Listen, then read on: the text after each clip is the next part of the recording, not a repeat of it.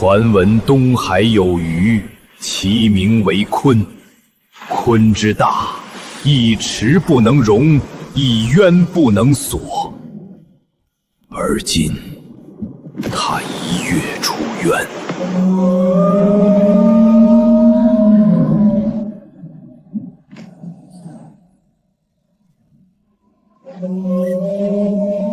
主人，哈哈，很好，你终于学会说话了。谁能想到，当年我两手空空回到宗门时，身边连一个能说话的活物都没有。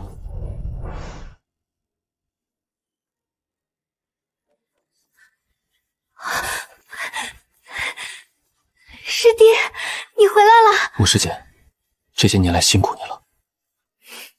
不辛苦，照顾爹爹是我的本分。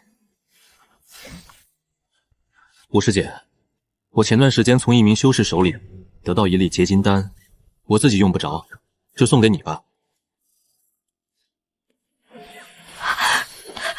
多谢师弟。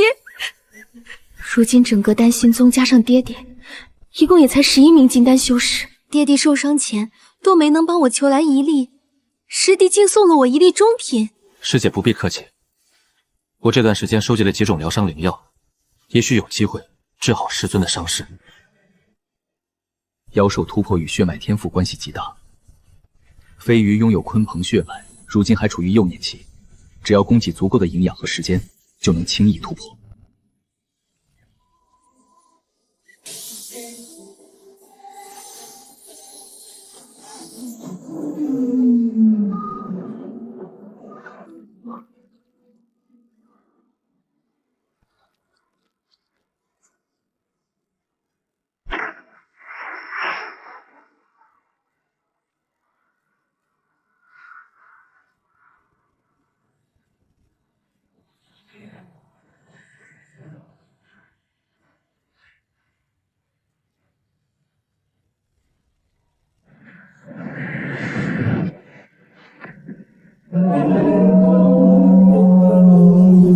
主人，哈哈，很好，你终于学会说话了。走，咱们溜2圈，看看你现在的速度快了多少。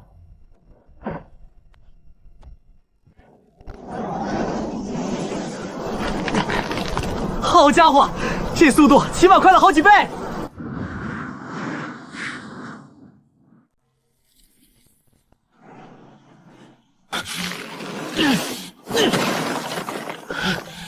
肝藏血，主疏泄，这功法练到肝脏，忧愁与暴躁交替副作用太剧烈了，满脑子都是毁灭欲。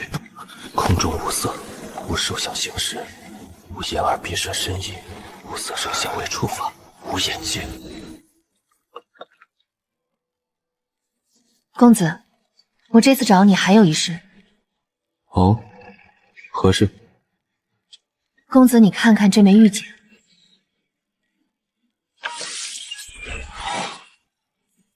这枚玉简，我以前一直都无法解开，直到最近用我的精血为引，才将其解开。你是打算前去探险？我是打算前去查看一下。虽然先祖留言说有极大风险，但修仙之路本就是与天争命。我有空间在手，资源充沛，根本不需要去跟人拼命争夺机缘。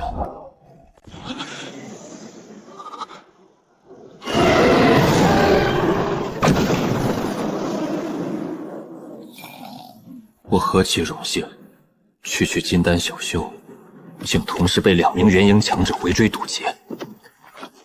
上官老祖所赐的千里挪移符，能随机挪移到800里之外，顾不得了。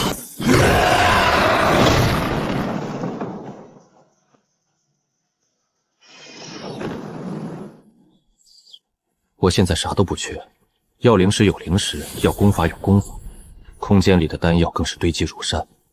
宗门把我当成至宝保护，只因整个修仙界只有我能练混元五行功，以混神神雷医治魔种。原来是费心遇到了一些小麻烦。最近有一伙夺宝修士盯上了珍宝楼商队，连接多批货物，死伤10多人，费先亲自押运，敌安我明难以应付。他刚走，珍宝楼总部又失窃了。珍宝楼这些伙计很多是师尊广陵真人那一系的，不能坐视不理。暗处偷袭的夺宝贼实力不会太强，我一个人加上金丹期的飞鱼足够了。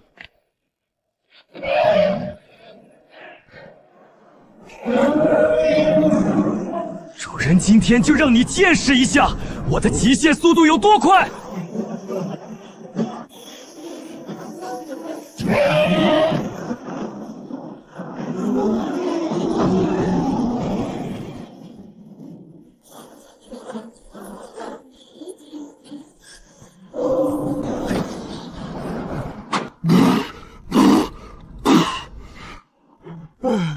妈呀，累死本鱼了！没想到这么累。唉，飞鱼，你除了会飞之外，还有没有其他手段？哼，比如在战斗方面。吐口水算不算？算了，当我没问吧。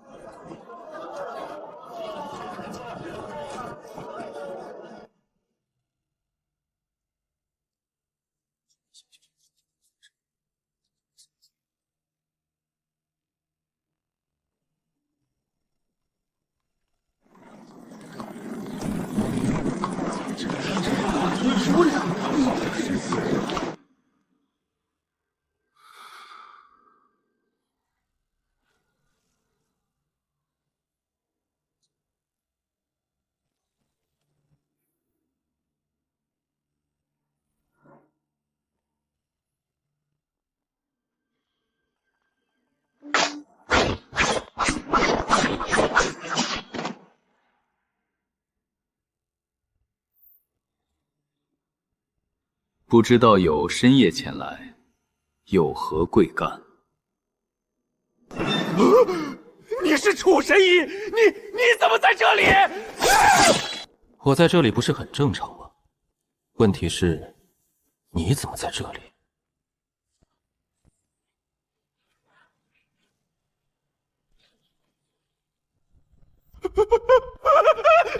楚神医，这都是误会，我这就离去。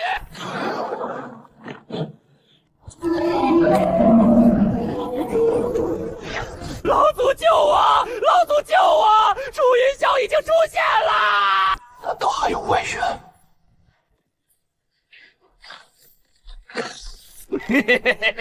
楚神医，你不是很狂妄吗？这次你死定了！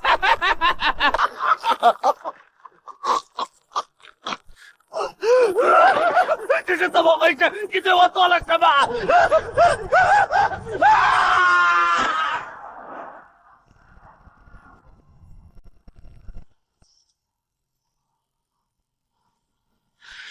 逃！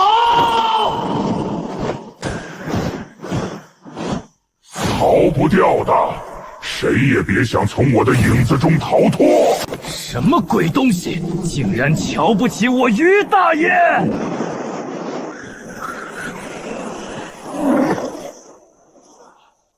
主人，我不行了。这里面有34倍时间，让他进去喝点灵酒，快速回来。我先自己顶着。这次珍宝楼危机就是专门针对我的阴谋。魔族残党把我视为眼中钉，只有除掉我，他们才能肆无忌惮地散播魔种，占领世界。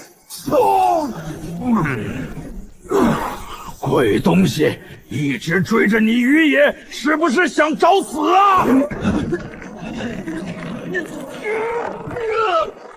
要不是主人拉着，就我这暴脾气，绝对生吞了你。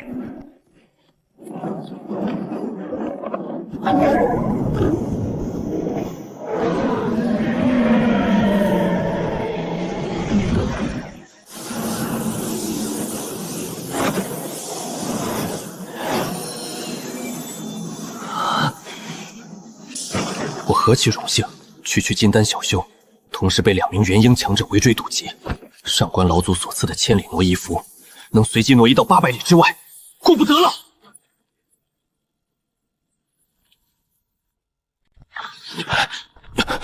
千里挪一副随机传送，万幸把我送到了丹心宗800连外。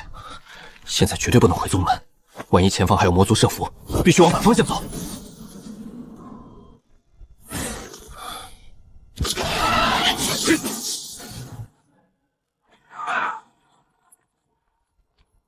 掠国境内不能留了，鬼知道魔族布了多少眼线。先离开躲避一阵，等风头过去或实力变强再回来。还真是阴魂不散。这一追一逃持续了1个多月，黑林魔族力大无穷，却不会水遁。空间里的灵酒几乎耗尽，千年灵药也被飞鱼吞了好几株，总算赶到东海了。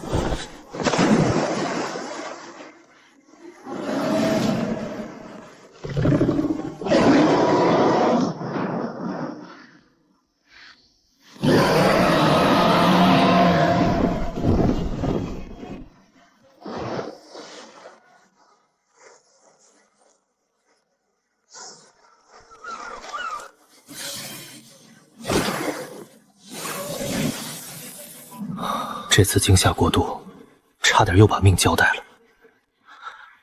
我一露面就是魔族死敌，必须留条后路。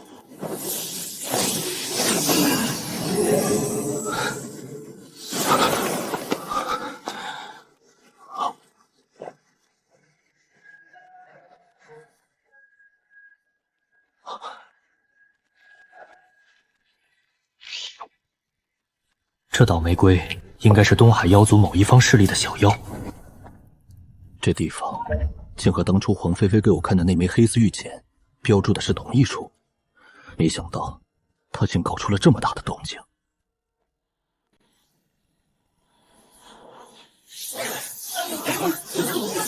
齐国靠海吃海，极度繁荣，如今小岛异象引得各方云集，这上古遗迹自成一方小世界，灵气浓郁到化物，遍地珍稀灵药。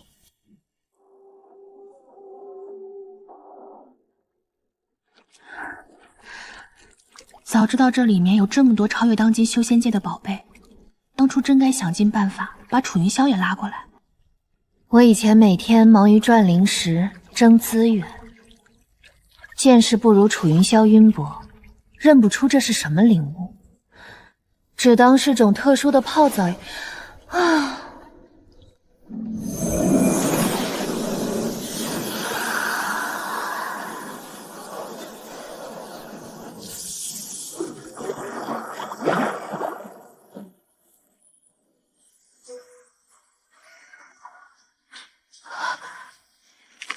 不仅是容颜改善，我的骨骼、内脏、经脉，甚至停滞的修为，都在被这股晶莹剔透的力量疯狂推高。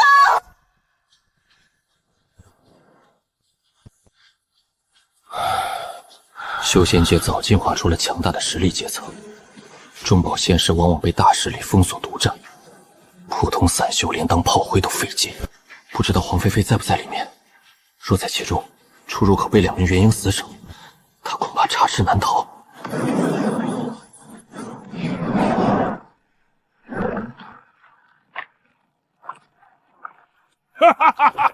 俺老张来的正是时候嘛！张罗，你鼻子还挺灵的，这么远也打探到消息了，快点进去吧。听说里面发现了一丝仙灵之气，有可能会有重宝出世。啊！竟然有此等重宝！不对，我这次是追踪那只鲲鹏的踪迹才寻到这里的。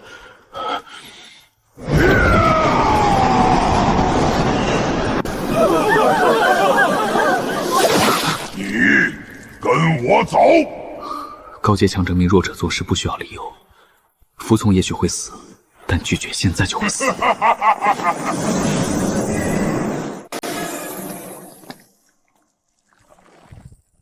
小家伙，你那条大鱼呢？大鱼还在海洋里藏着，前辈若是有需要，晚辈现在就带领前辈去寻找。既然他是冲着飞鱼来的，我宁死也不能让飞鱼现身暴露空间。此话当真？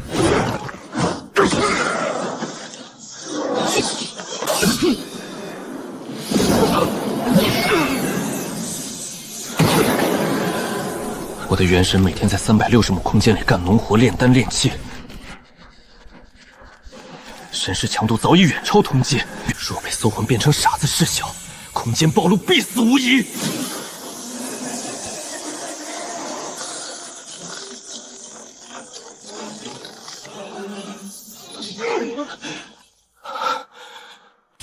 小伙子神识不错，跟我走吧。你最好老老实实在我的周边200丈范围之内，否则别怪老夫翻脸不认人。是，晚辈一定遵命前辈命令。老妖怪没把握完整搜魂，怕断了鲲鹏的线索，舍不得对我下死手。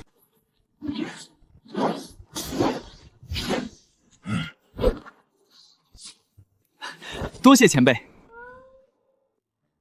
300-500年的垃圾灵药也想收买我，我家空间里的猪都不吃。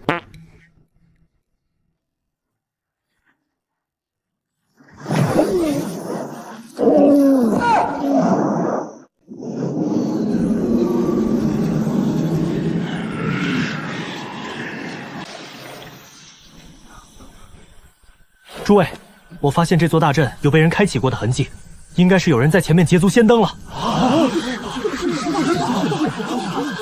别废话了，有什么办法才能尽快进去？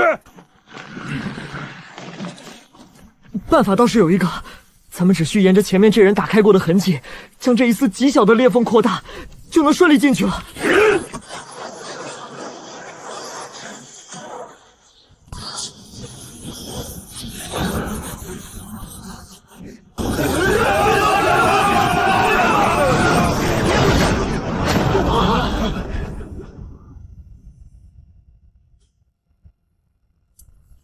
这里怎么有一只大浴缸？哼，没见识就别出来丢人现眼了。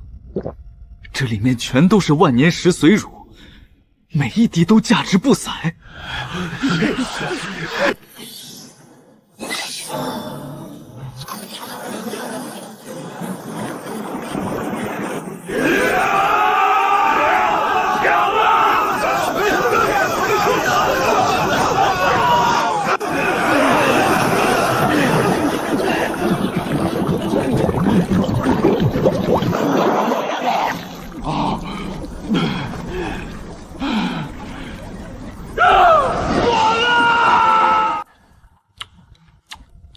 口感甘甜，略带一股咸鱼味。你们倒是给我留一口啊！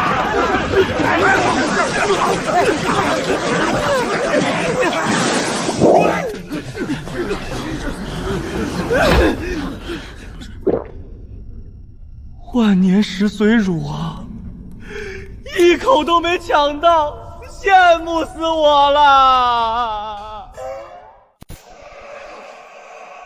啊，我的伤好了，困住我多年的瓶颈竟然松动了，我的修为突破了！一口石髓乳都没捞到，全怪张罗这老东西。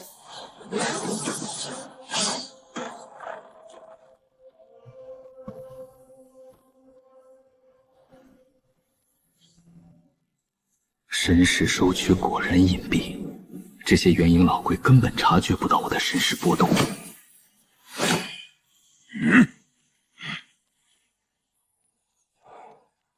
稳了，待会儿再有重磅，必须果断截胡。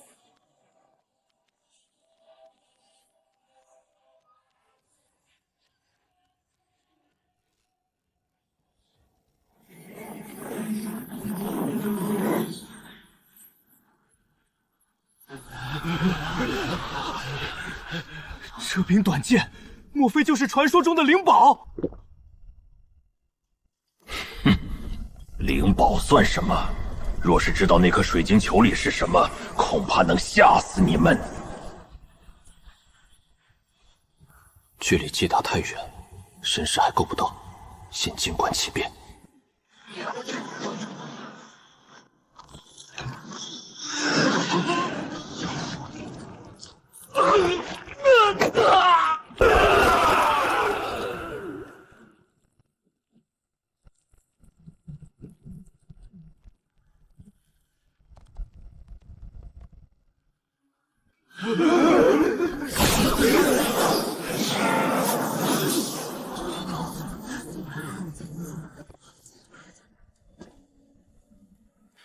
此阵果然非同凡响，乃是老夫生平仅见。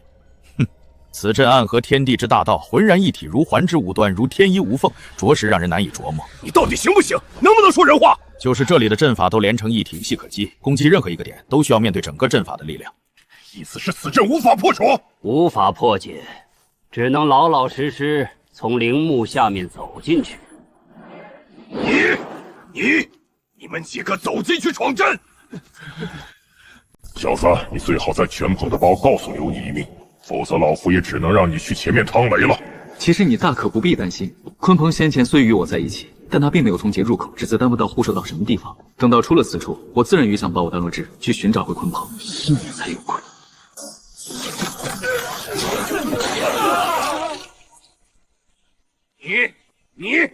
你们几个继续上！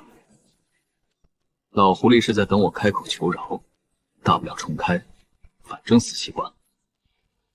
诸位道友，且等一下。诸位道友身上可曾携带了灵兽之类的宠物？对啊，我怎么就没想到呢？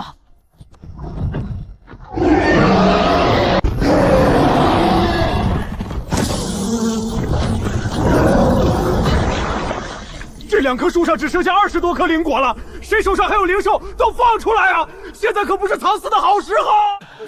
我倒是还有一些。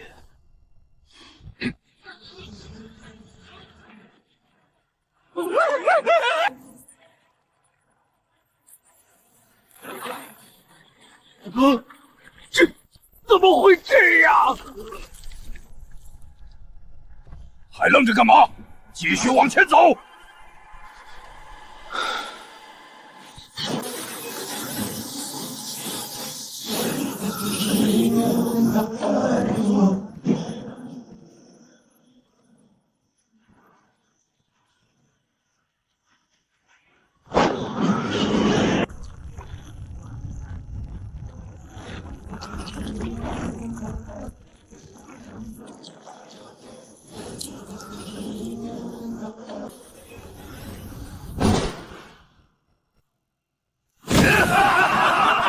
都是老夫的，谁都别抢！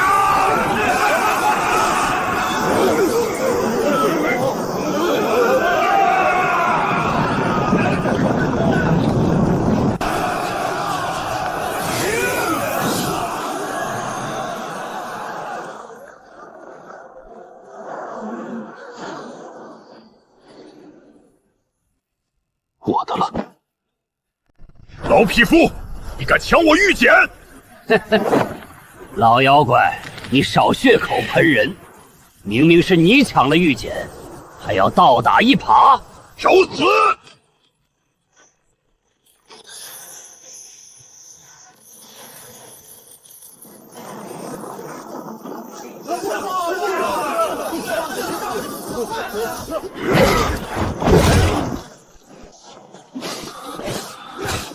死了几万铁火蚁才开路，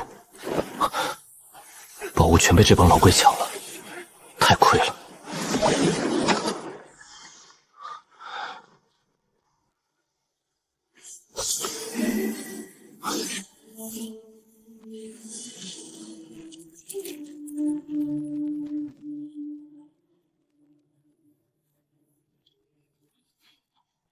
衣服上有道神识印记，大章鱼果然做了手脚。不过进了我的空间，你也感应不到。若让我知道是谁害了菲菲，来日必报此仇。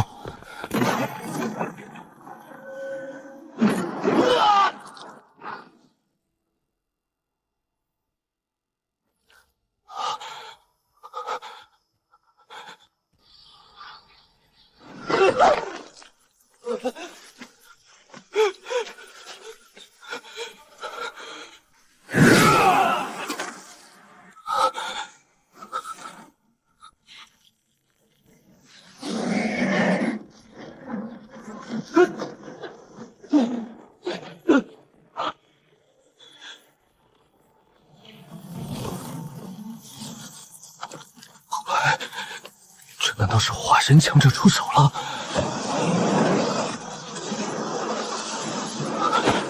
又是一位化神亲临！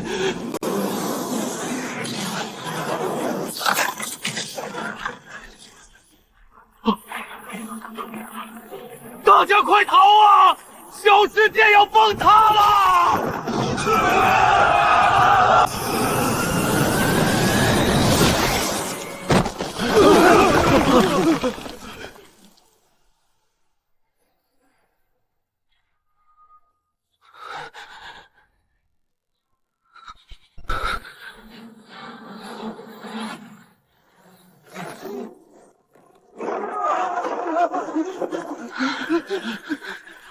前面的前辈，能否快一点？再晚点就要死了！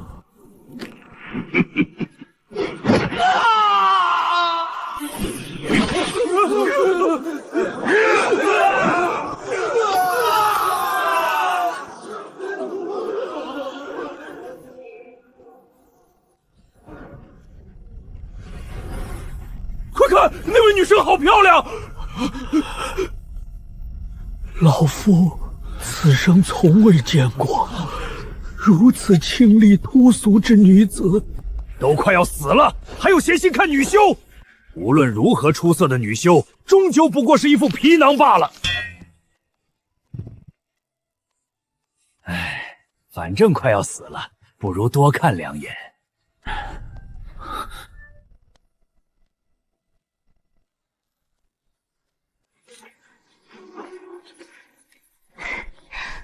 公子，你怎么来了？是来找我的吗？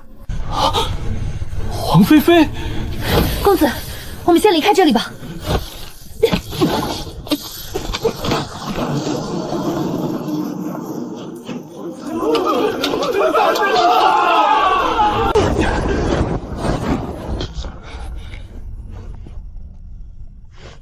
用我的铁火蚁开路试试。总不能为了区面子，连宝物都不要了吧？况且菲菲现在变得如此绝美，洗澡水应该也不难喝。公子，这些万年石髓乳是我提前装到瓶中，特意为你留下的。对了，菲菲，恭喜你成功晋升到元婴境界。公子过奖了。不过是侥幸而已。我这次进阶太快，基础不够扎实，实际战斗力应该不如同阶修士，还需要闭关一段时间，稳固修为，打牢基础。你接下来有什么打算？是回宗门吗？公子有什么想法，我听你的。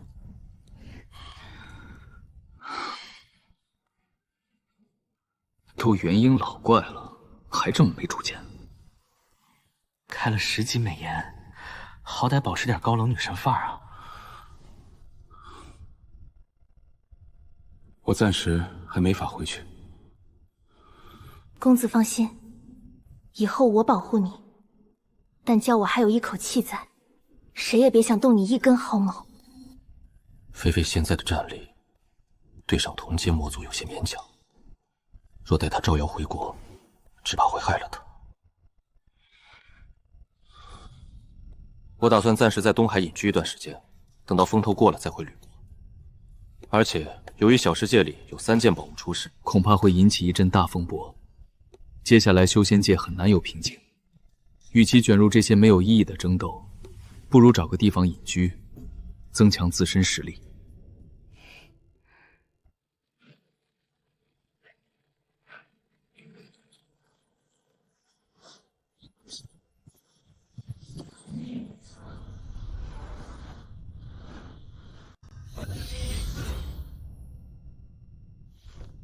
嘿，主人，什么时候放我去大海里玩啊？你上次在海洋里现身，已经被一只大章鱼认出真实身份了。现在那只大章鱼正在到处找你。大章鱼找我做什么？难道他已经被我的鱼格所折服，准备当我小弟？没有，他只是想吃一顿鲲鹏火锅。你现在出去，他正好拿你下锅。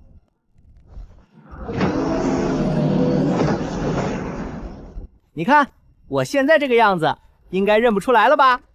主人，不是我吹，就凭我现在的速度，就算被元婴强者发现，他也不一定能追得上我。大海才是鲲鹏遨游之处，让他在险恶环境中历练，才能真正成长。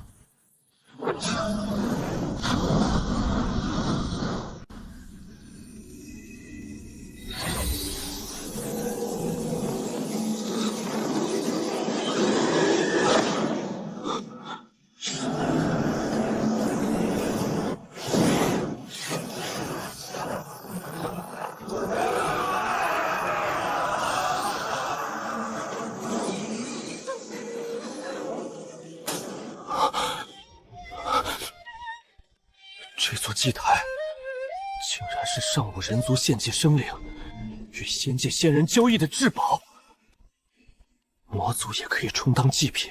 只是不知道，当年如此强盛的人族，为何最后会沦落到被魔族欺上门来？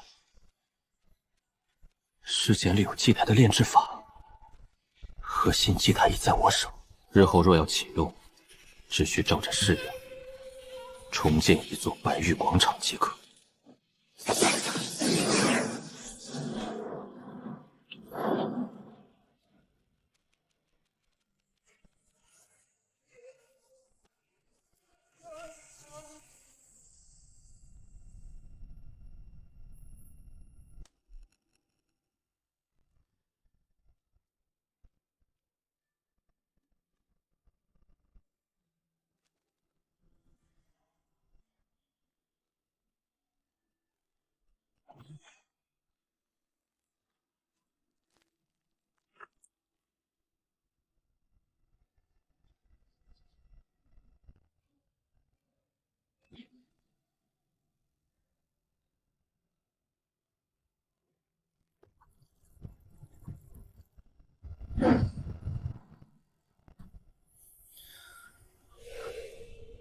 金丹中期，这食髓乳不仅治愈了我的暗伤，还助我突破了一层修为。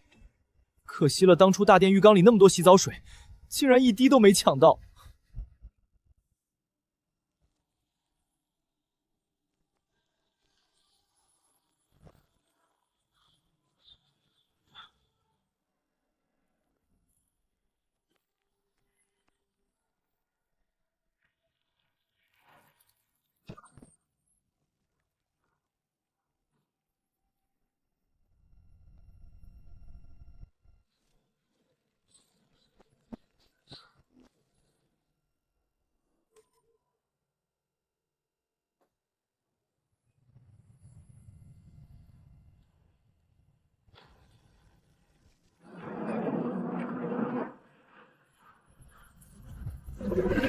主人，外面现在全乱套了。我齐国根本没有拿到玉简，欲加之罪，何患无辞？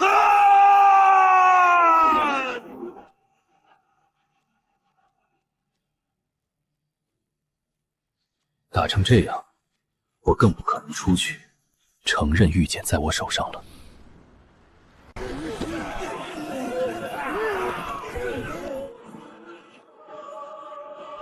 楚云霄还没找到吗？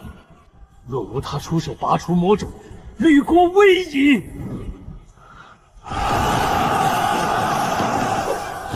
全部抓走，充当破城先锋！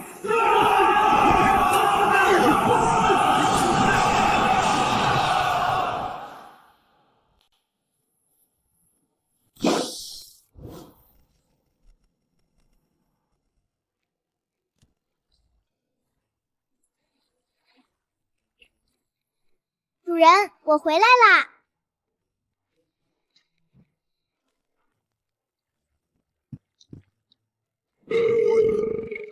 主人真小气，有好酒舍不得拿出来，尽拿这些才20-30年的灵酒糊弄我。有得喝就不错了，少给我挑三拣四。这贪杯或酒瘾越来越大，要不是我的空间药源产出无限，早被他喝光了。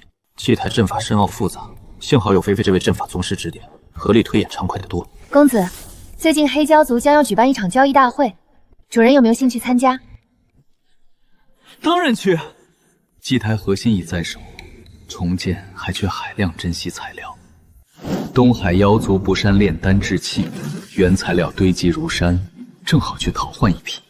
妖族地界极其排外，若敢以人族本秘现身，只怕瞬间就会被这帮大妖生吞活剥。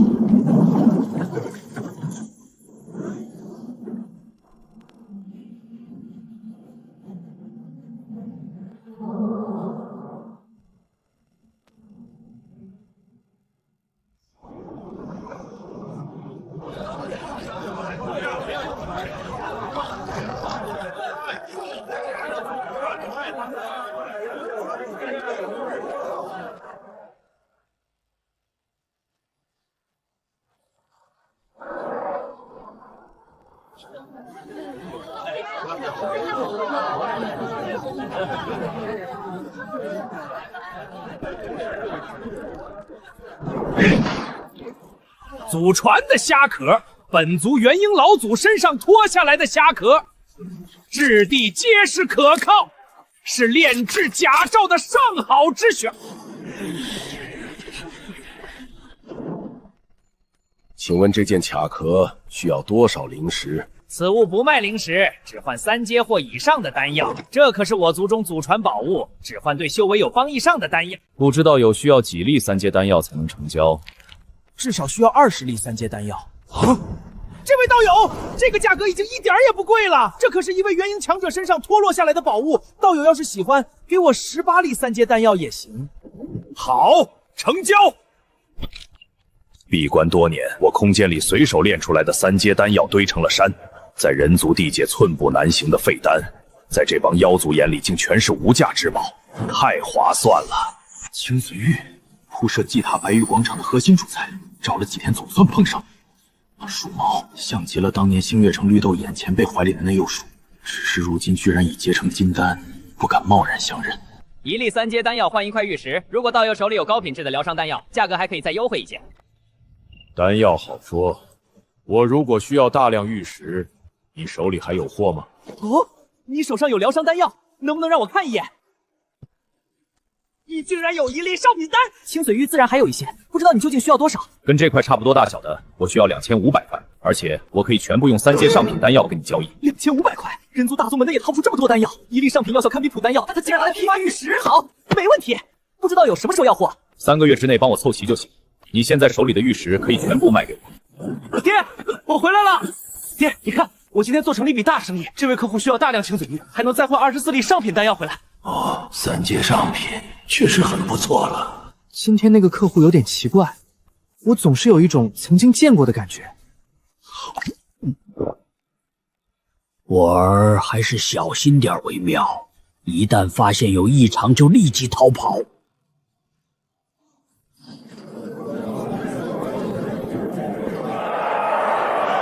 从东周炼丹名门生擒而来的人族炼丹大师，买回便可终生圈养炼丹，好大的胆子！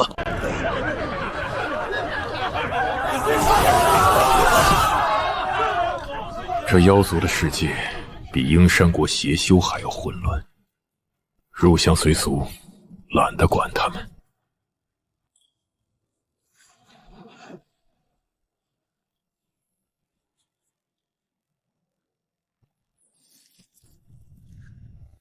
你这只鲤鱼是哪一家的？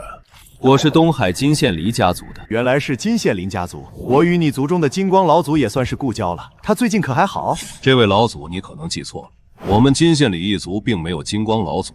哈哈，可能是我记错了吧。好险，幸亏飞鱼把底细摸透了，不然真被这老狐狸炸出来。道友，这条金线鲤应该是你的随从吧？能否割爱将其转卖给我？对不起，不卖。哎，道友别急着拒绝，任何事物都有一个价值，只要道友开口，价格都好商量。哇，竟然是中上品丹药！道友需要蟾蜍吗？把我亲闺女卖给你。怎么样，道友考虑的如何？不怎么样。我说了，这条鱼不卖。好吧，望道友好自为之。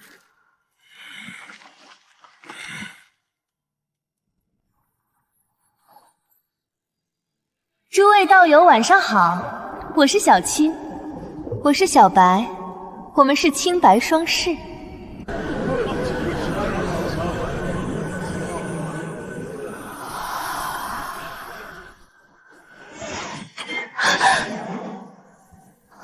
雕虫小技的媚术，稍微运转神识就能挣脱。诸位道友，现在开始本次拍卖会的第一件宝物拍卖。竟然是圣罗果！4阶疗伤圣药，生长成熟需耗时1500年，能活死人肉白骨。我出100粒丹药，我出120粒，我出230粒，230粒，250粒。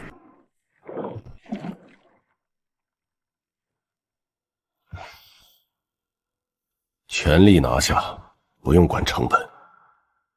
正好清一清库存废单。260粒，270粒，200粒，200粒，380粒，400粒。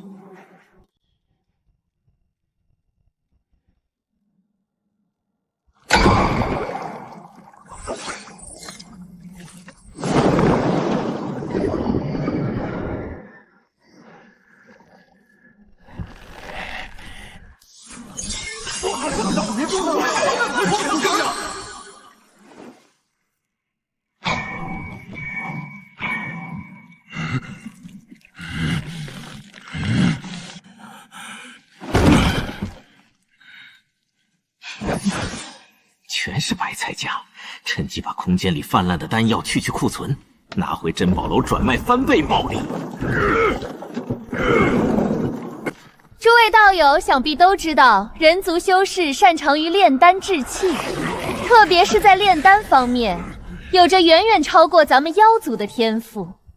这一次，我们成功捕捉到一名人族修士，此人出自于人族中比较擅长炼丹的丹心宗，只要将其买回去，以后就能拥有源源不断的丹药，绝对会是一棵摇钱树。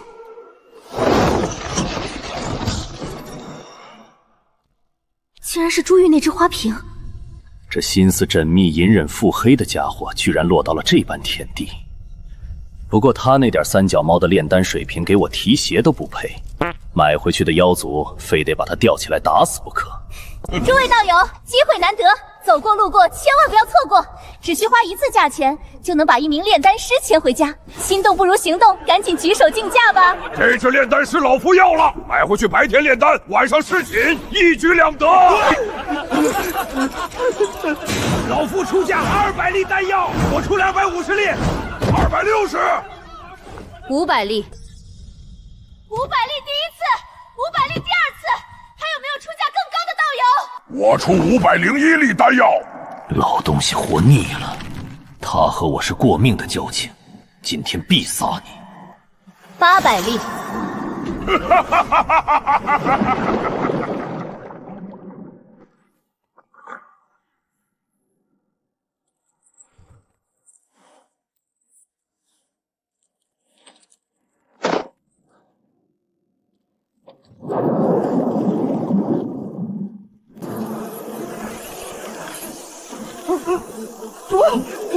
几位好汉，能不能商量个事儿？好汉有所不知，在下炼丹水平在丹心宗只算一般。我有一位师弟，可是整个吕国修仙界都很有名的炼丹天才。他出手炼制3阶丹药，每一炉必然会出1粒上品丹药。好汉若是有意，我可以把这位师弟诱骗过来。剑女，少废话，快点跟上！你个蠢货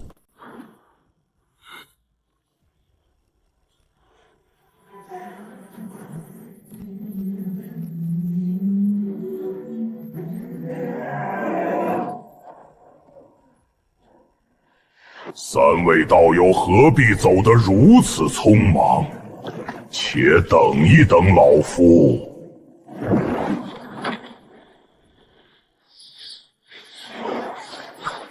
你究竟想干什么？不干啥，只要把这条鱼交给我，你们就可以离去了。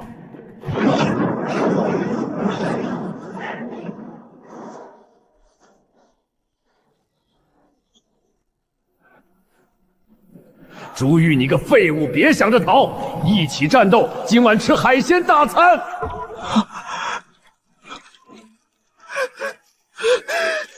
终于找到组织了！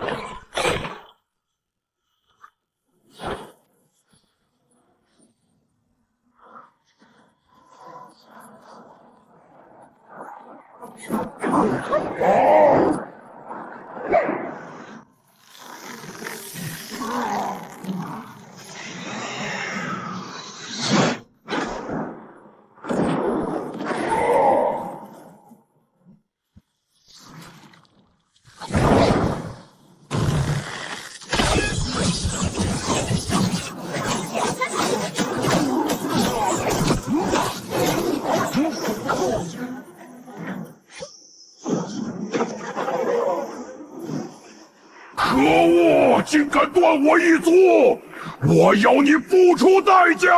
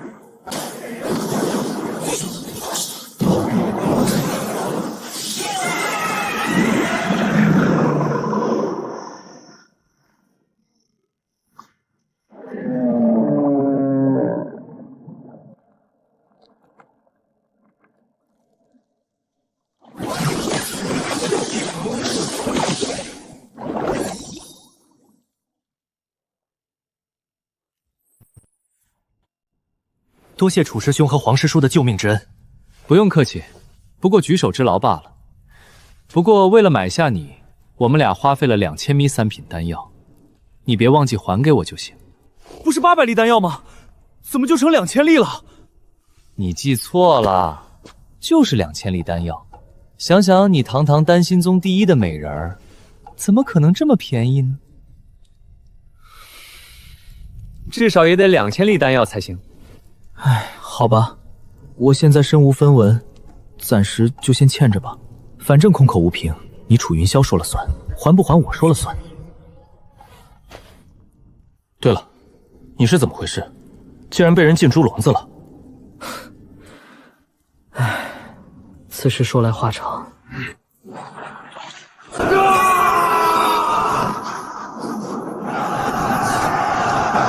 8年前，丹心宗失守，咱们吕国3大宗门全被灭了。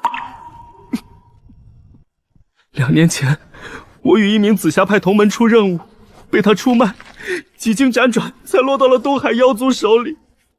唉，世事难料啊。朱玉，我那位废心师兄和黄甫师，还有师尊广灵真人解珠人，现在如何了？广灵真人在8年前被武国和阴山国联手围剿的那一战中陨丧。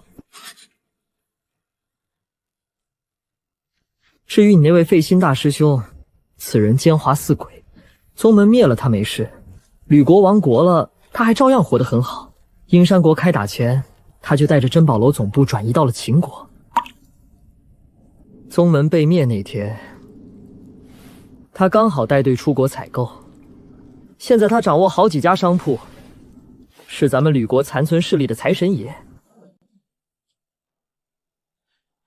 短短几十年，吕国竟已亡国，如今3大强国又忙着争夺宝物，准备大战。我这小小金丹，唯有尽快建好祭台，提升实力，才能在乱世活下去。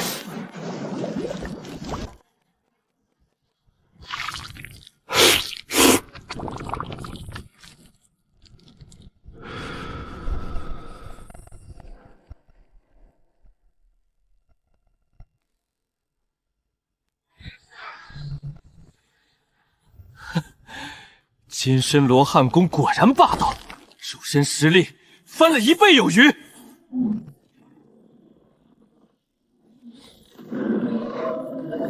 起！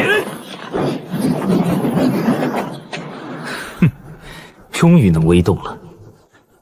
若能配合空间法则，在敌人头顶突然开个口子砸下。圣罗果也活了，前几天用果肉炼出了武力圣炼丹，也该去城里办正事了。约定时间快到了，那位神秘前辈还不来，万一放我鸽子，这批剑高带劲的清水鱼全在砸手里。道友，你总算来了，等你等得好辛苦。道友何必如此着急？现在距离交易的最后期限不是还有好几天吗？道友的青随玉都准备好了吗？都已经准备好了。此地摊位太小，放不下这么多的物资，请道友随我前去自取。在什么地方？道友放心，就在这黑蛟城内。那就走吧，带路。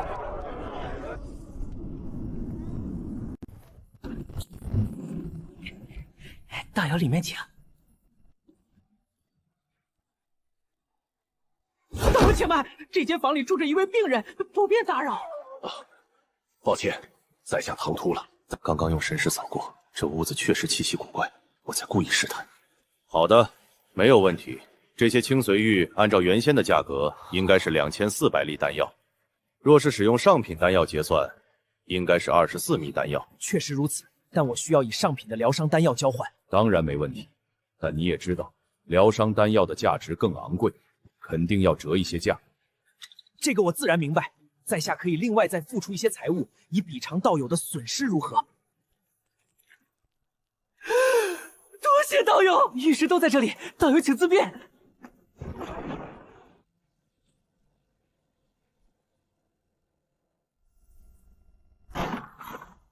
水杯为号，难道有伏兵齐出要把我剁成肉泥？爹，你怎么了？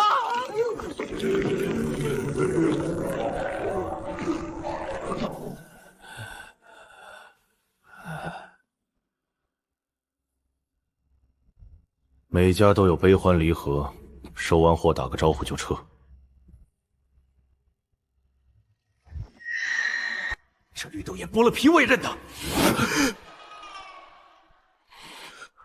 当年要不是他送我人皮面具，我早就死在绿国了。请问这位前辈是怎么回事？唉，此事说来话长，总之就是受了重伤。以前每个月发作一次，现在已经是每天都会发作一次。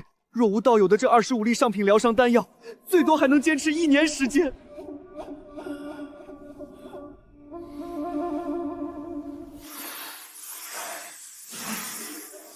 这是，此物乃是以圣罗果为主要炼制而成，是一种4阶疗伤丹药。多谢道友，不知我需要付出什么样的代价？代价就不必了，就算是我赠送给你的。前辈，别装睡了，你且看看我是谁。怎么会是你？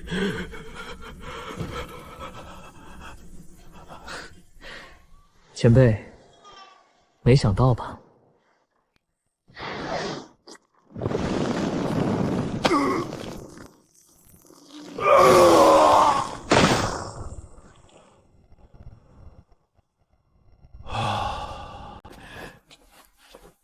多谢小友，救了老夫一命。前辈不用客气，晚辈当年承受前辈许多恩惠，此事也不过报答前辈恩惠的10之1、2。小友，若有一天你能修炼到元婴后期，就来找我，有机密相告。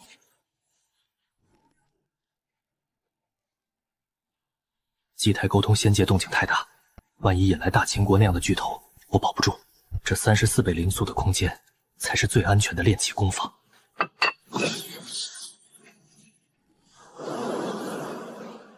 朱玉，你确定要回去？当然，丹心宗的山门虽然没了，但人还在，道统传承还在，我仍然是丹心宗弟子。你们不打算回去了吗？我一切都听公子的。公子若是回去，我自然也是要回去的。公子若是不回，我也不回了。黄菲菲，你现在好歹也是一名元婴强者了，放到任何地方都是可以称尊做祖的强大存在。若是在别的地方，我和楚云霄还得恭恭敬敬向你行礼，以晚辈自居。你就没想过按照自己的主见是？主见？一切听从公子的意见，这就是我的主见啊。好吧，人各有志。其实以你现在的修为，回到宗门内也能拥有极高的话语权。宗门上下一定会很高兴见到你的回归。我想，等到公子闭关结束，我们俩返回宗门的可能性还是很大的。你也知道，公子为人一向恩怨分明，丹心宗对他有恩情，那边还有他的同门，他应该会回去的。好吧，我就先告辞了，期待两位的归来。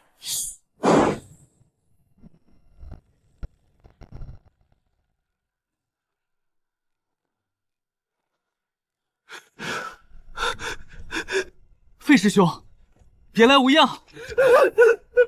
楚师弟，你还活着就好。你这次失踪数十年，吕国修仙界还以为你已经被魔族暗杀了。师弟，珍宝楼是你一手清创，师兄不敢有负所托。珍宝楼在战乱中没有毁灭，反倒是有所发展，现在已经拥有5家分店。师弟，这是珍宝楼，这些年攒下的100万灵石盈利。如今咱们商行一共有5家分店，2支强大的商队，1支护卫队，在东周大陆众多商行中已经崭露头角。费师兄，说来惭愧，珍宝楼虽然是我出资创立，但其能发展壮大，全凭师兄之力。我决定将珍宝楼2成的股份分给师兄你。师弟，这如何使得？身边无数人劝我独吞资产，我岂敢？楚师弟深不可测，不可轻易得罪神秘强者，这是我的生存之道。这是师兄你应得的，你且安心收下。除此之外，你这次回去可以代表我，分别跟3大宗门谈判。我可以再分出3成股份，让3大宗门分别入股1成。好，师弟此法甚妙。把3大宗门绑上战车，共同进退，商行安全就有了元婴强者保障。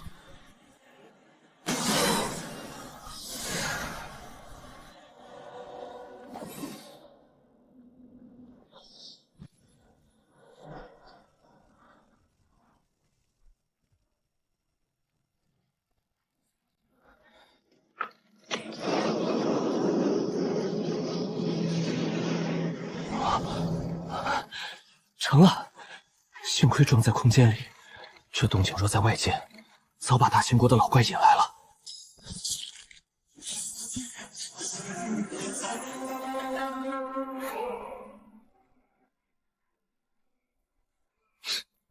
仙界大佬真够抠门的，不见兔子不撒鹰。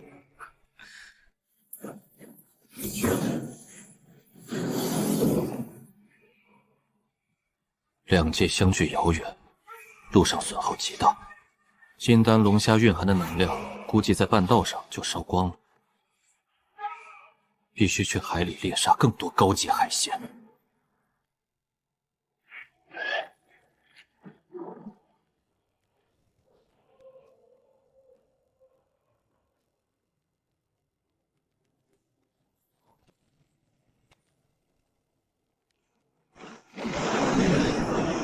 待我一场！主人勿慌，我会为你报仇的。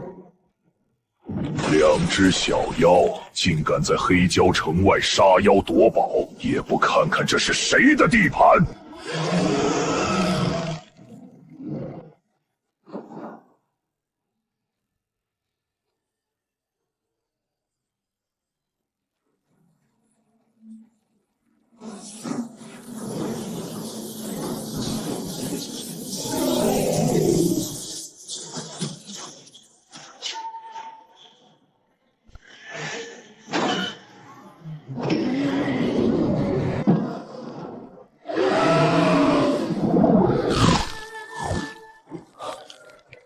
怖了，幸亏差生是从后面下口的，若是从前面下口，想想就令人不寒而栗。你是什么妖？你不是白猿！前辈别误会，我生下来身体就有点残缺，这才弄了一条假尾巴。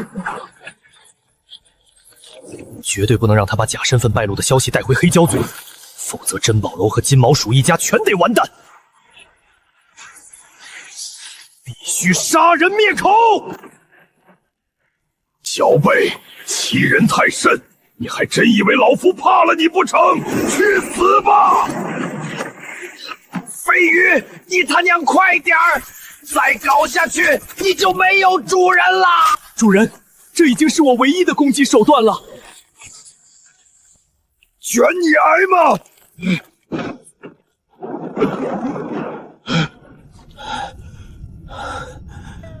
你把他杀了？还没死，他只是暂时无法调动体内法力。快，搞死他！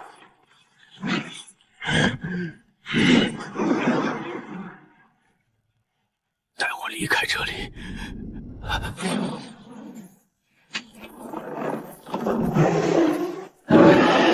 主人，我们应该往什么地方逃？咱们在外面遇到强敌，现在被人追杀，我们当然要回自己的族地，找族中老祖帮忙。主人说的对，我们当然应该回族地搬救兵。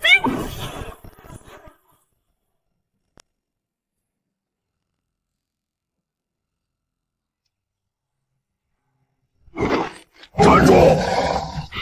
这是白猿岛上唯一的上古蟠桃异种，未经允许不得靠近。对不起，我不是故意的。算你识相，滚吧。好的，我这就离开。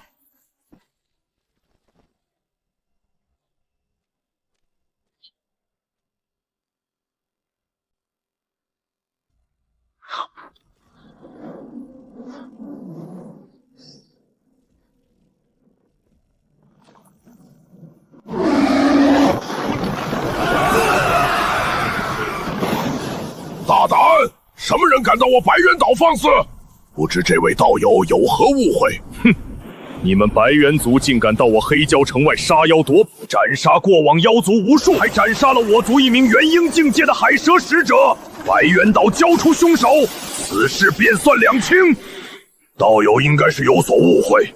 最近一段时间，我族并无元婴强者外出，老夫一路追踪至此，你还想抵赖不成？速速交出凶手，否则必将白猿岛夷为平地！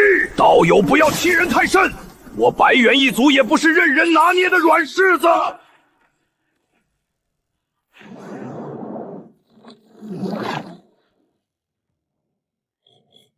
海里4条腿的妖兽太少，海龟爬得太慢，实在学不来，只能委屈当回青蛙了。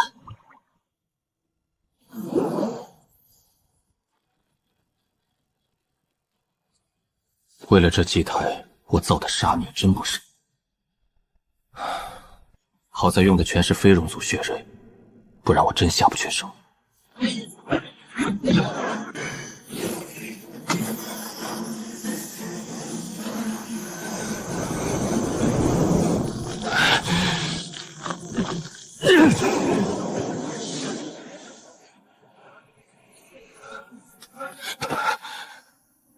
定神诀，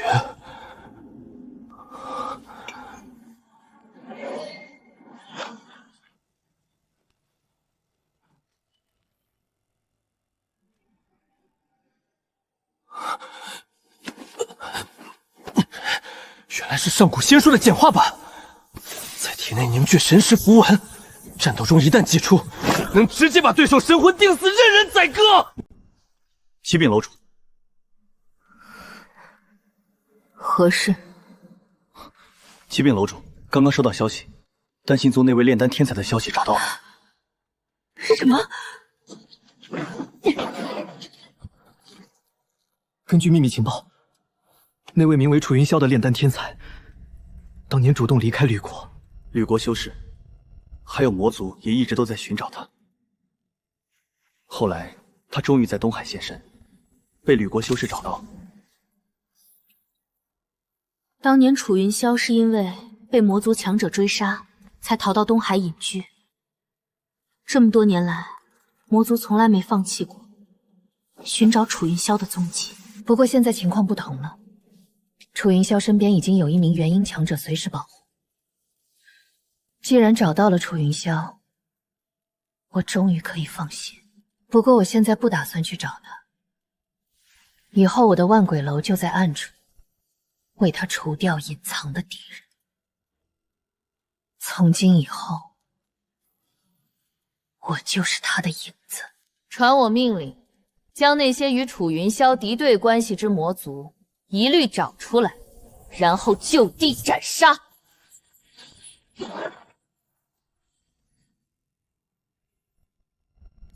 这枚定神诀我已经钻研了很长时间，现在准备开始修炼。修炼这门功法，神识越强越占优势。凝聚出定神符文之后，还需要时时用神识温养。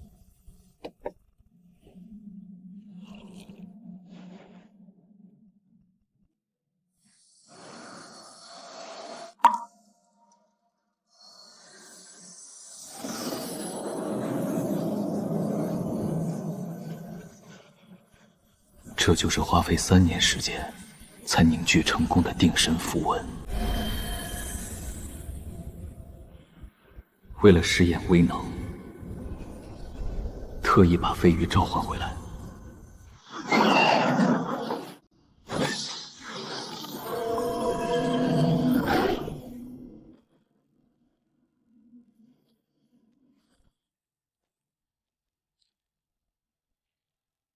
经过试验，这枚符文无论贴到飞鱼身体任何部位都能见效，每次至少能够将飞鱼定住1炷香的时间。随着反抗磨灭威能，1炷香后，符文变得暗淡无光，失去压制作用。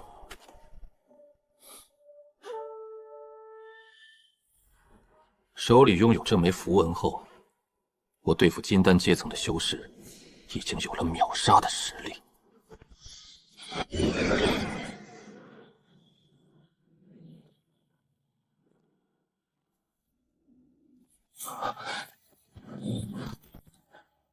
菲菲，能不能帮我试验一项神通？这期间你可能会失去知觉和反抗能力。刚从外面回来，沾了一身的灰尘与汗水，我要不要先去沐浴更衣再来？不用，我很快就完事了。好吧。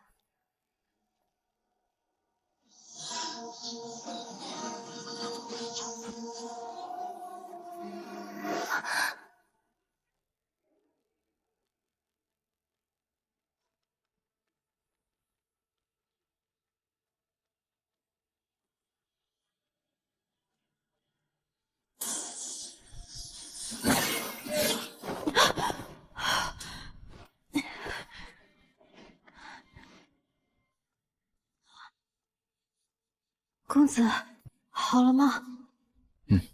好了，你先回去休息吧，过几天我再来找你。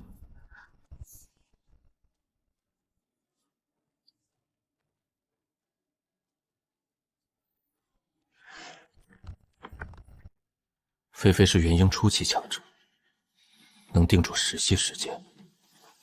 我已经在实战中足够将对方彻底击溃了，效果我很满意。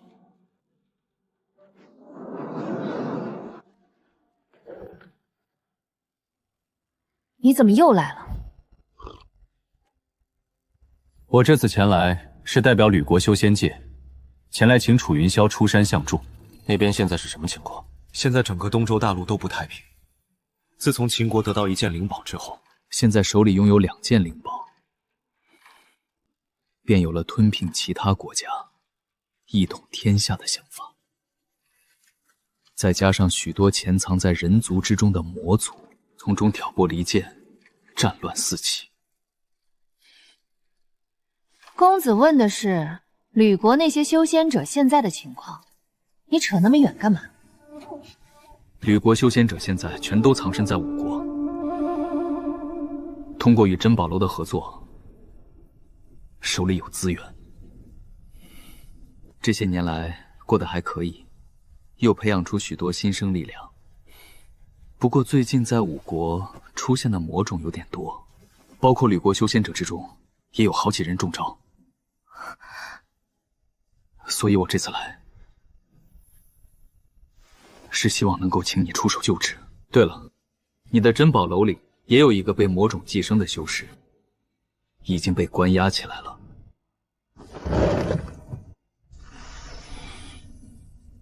我就回去一趟吧。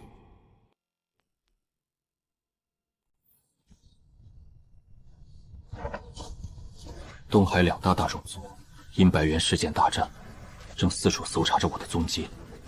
再加上吕国修仙者相邀，我决定暂时回归五国，帮帮吕国同仁，顺便避避风头。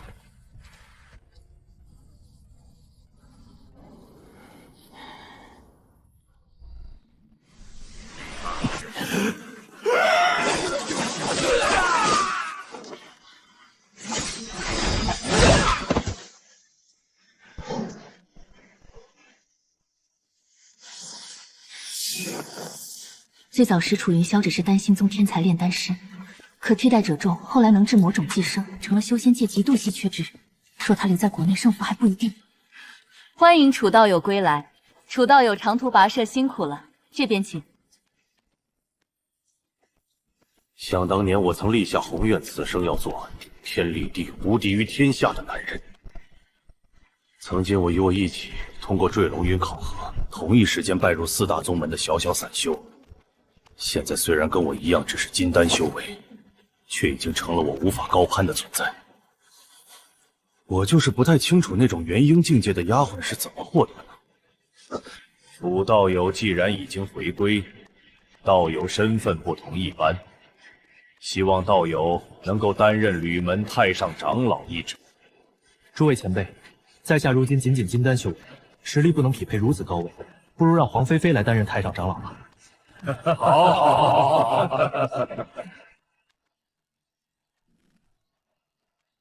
费师兄，珍宝楼的护卫队有多少人手？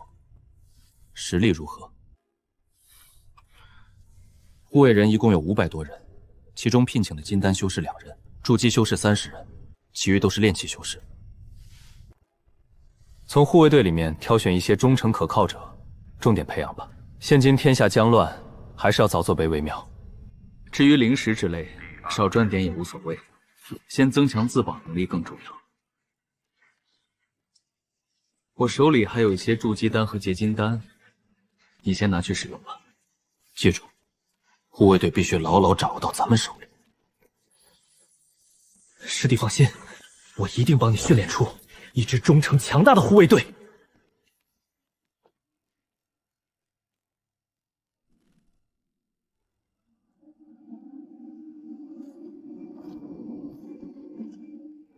什么人来擅闯死亡谷？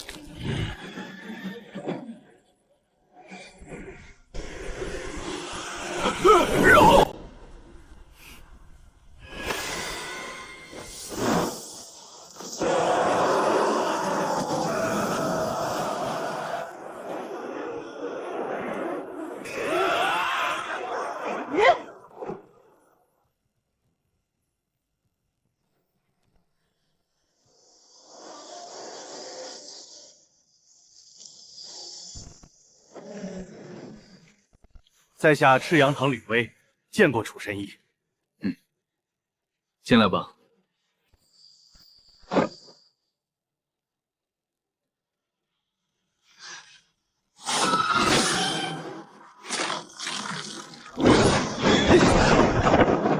你是什么人？竟敢对楚神医出手！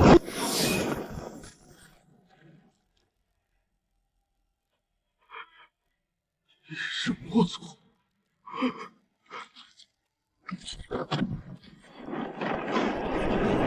保护楚神医！楚神医死了，大家都得死！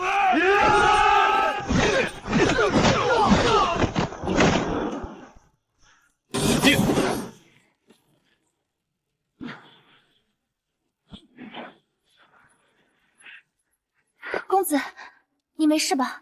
你来的正好，我没事。我若是不来，想必公子也很快就能诛杀此魔了。此事不要泄露出去。这只魔族是你亲手斩杀，与我无关。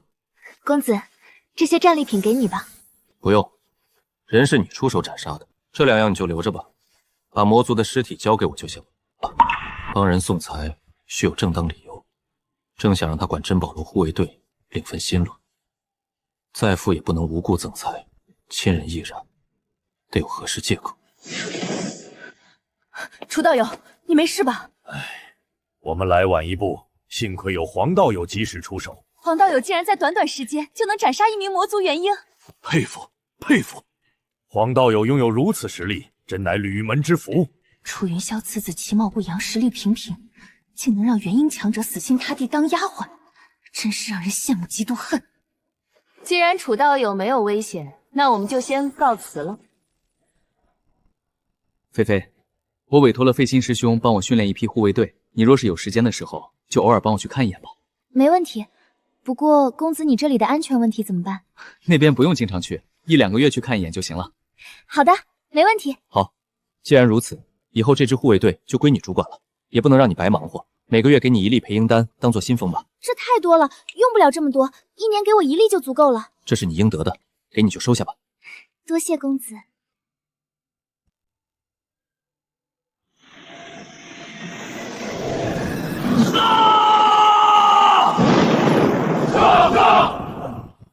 楚师弟，按照你提供的阵法操练了3个月，现在这100修士足以杀入到筑基修士群中战斗，其所能发挥出来的威能，应该相当于好几十名筑基初期修士的战斗力。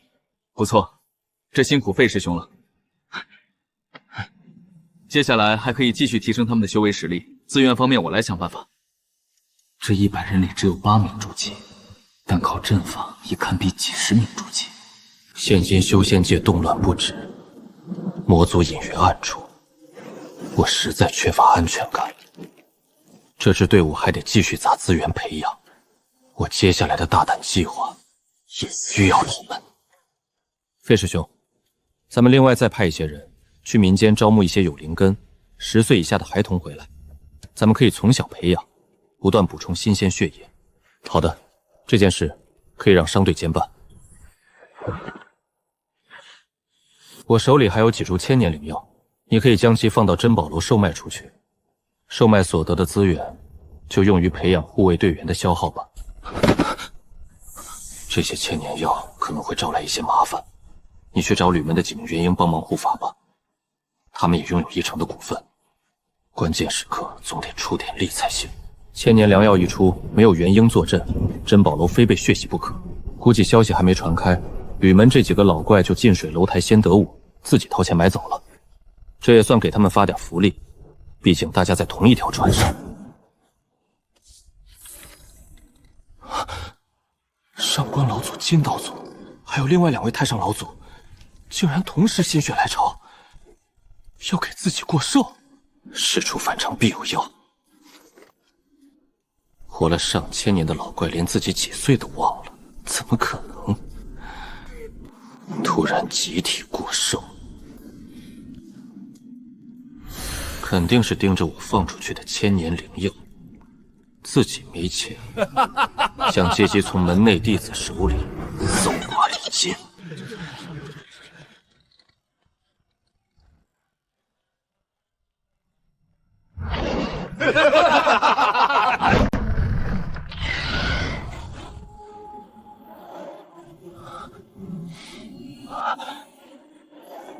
二姐，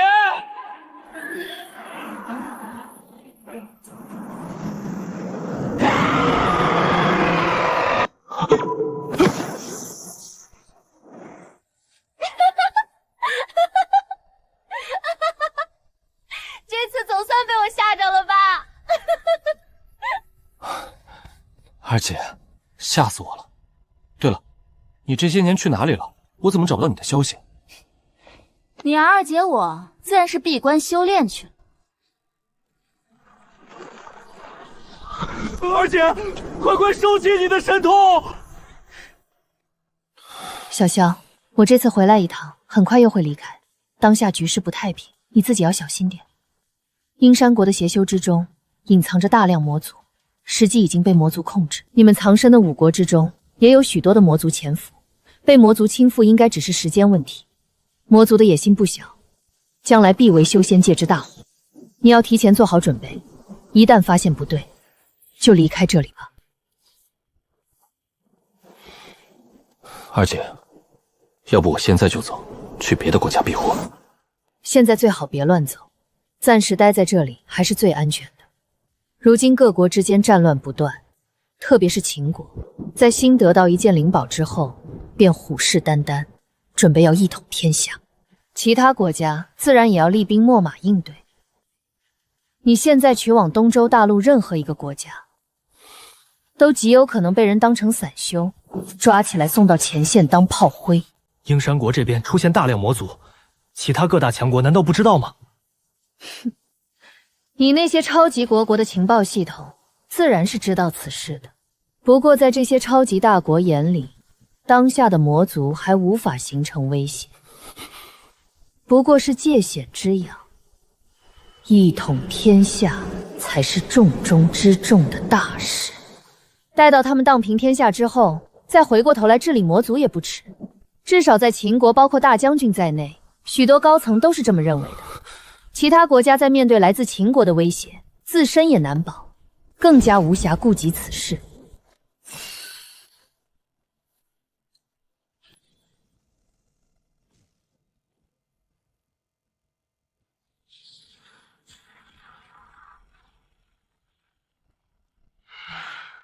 这小子不仅有个元婴丫鬟，怎么又冒出来一个元婴姐姐？这好运气怎么全让他占了？真是人比人，气死人！哈哈哈哈哈！老夫对于楚道友珍藏的好酒好茶早已眼馋许久，今天终于又有口福了。对对对，今天一定要痛饮一场。各位老祖过奖，今天零茶零酒管够。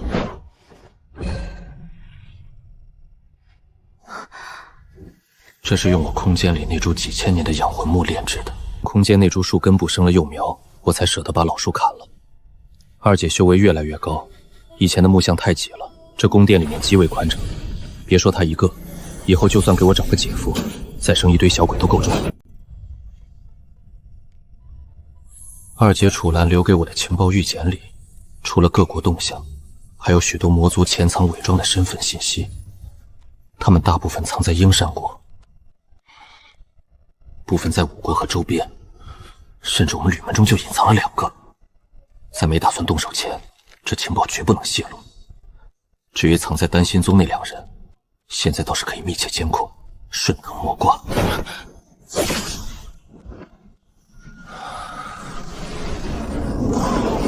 修为达到金丹后期，该为下一步凝结元婴做准备了。我修炼资质极差，哪怕符丹把木灵根提到了45点，想要碎丹成婴也比常人难上100倍。像菲菲当年泡万年石髓乳直接冲到元婴的天才地宝，我根本指望不上。如今修仙界的常规出路是寻找特种灵药炼制凝婴丹，功法也是个大麻烦。混元五行功直到金丹后期，要么转修木属性功法，但五色回光、魂神神雷这些杀招神通都得废弃；要么我自己把元婴部分的功法自创补全。可元婴期涉及感悟天地大道法则，绝非闭门做出能办到。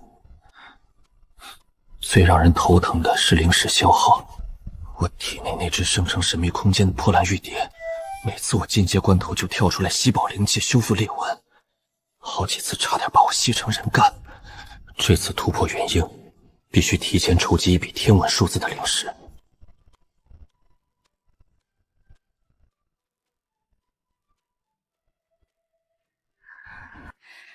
自从经历大变，我们3大宗门的底蕴耗尽，现在吕门上下穷得叮当响。至少我们丹心堂已经找不出半粒凝婴丹了。至于能辅助凝结元婴的天才地宝，更是一点也没有。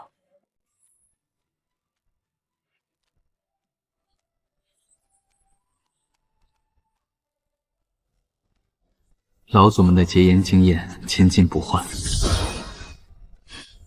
我知足了。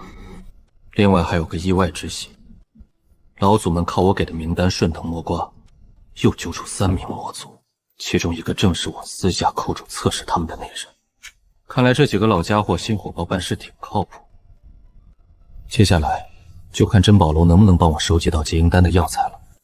20多年砸下无数财富，再加上珍宝楼和二姐搜寻，结营丹的药材基本齐了。距离开炉炼丹只差最后一味极度苛刻的主药千年月华草。五国黑刀门培育有此草，虽说这门派风评极差，常跟邪修勾结，但我还是得亲自登门拜访一趟。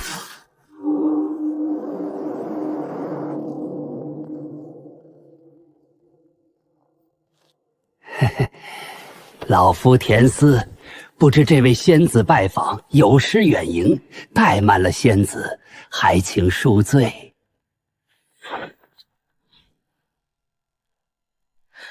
在下只是陪同我家公子前来，想要与贵门做一笔交易。在下楚云霄，见过道友。区一名金丹修士，也敢妄自托大，想与老夫平起平坐？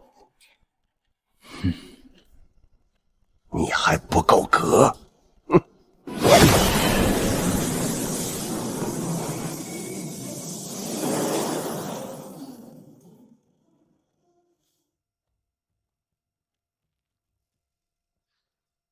晚辈楚云霄，听闻黑刀门有几株未成熟的月华草，想要与贵门交易一株，还望前辈成全。原来是为此而来，此事却有些困难，我还需要与门内其他老祖商议过后才能答应。还请两位暂且在黑刀门盘船数日，待我说服其他几位老祖，再与两位商谈。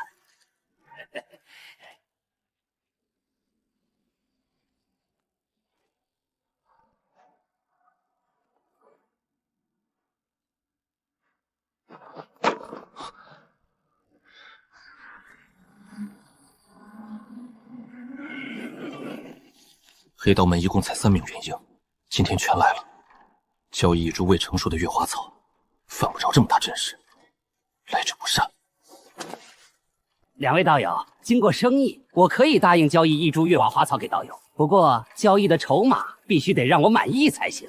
不知需要何物才能让前辈满意？我的条件也很简单，就是把它留下当我道侣，我可以送一株月华草给你。这老匹夫活了上千年，居然满脑子阴险，到了元婴期苦尽甘来，原形毕露，成了色中恶鬼。此事绝不可能，还请道友换一个条件吧。在下可以拿出与月华草等价的千年灵药来交换，若是道友实在没有诚意，在下就此告辞。你以为这是什么地方？是你想来就来，想走就走的地方吗？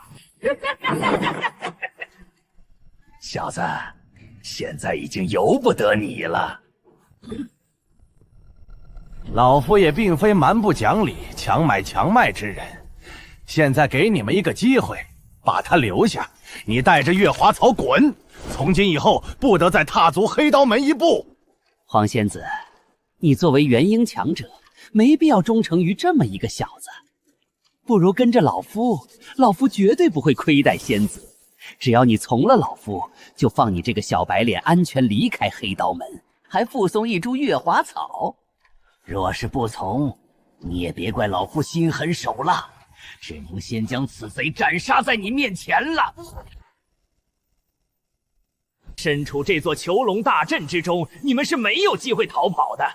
两位好好考虑考虑，别跟性命过不去。我同意。我同意。我同意。还请前辈把月华草给我，在下这就离去，以后绝不打扰前辈。既然无法反抗，我也同意。还请道友遵守承诺，拿出月华草，放人安全离去。好，好，好！识时务者为俊杰。两位快言快语，果然是俊杰之士。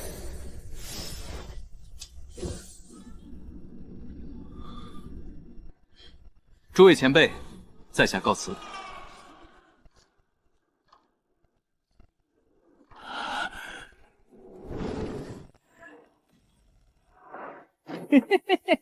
黄仙子，以后咱们就是一家人了。你放心，老夫一定不会亏待你的。黄仙子，你这又何必呢？你现在就算拼命也逃不出我们三人掌心的。听话啊，放下手里的武器，老夫一定不会亏待你的。再说了，你的那位楚公子应该还没逃出黑刀门范围吧？别，黄仙子，你别想不开，就刚才那小子不值得你如此。黄仙子，你就算自杀也逃不出老夫的掌心。老夫会趁热把你的尸体好好玷污一番，还会把你的尸体炼制保存起来。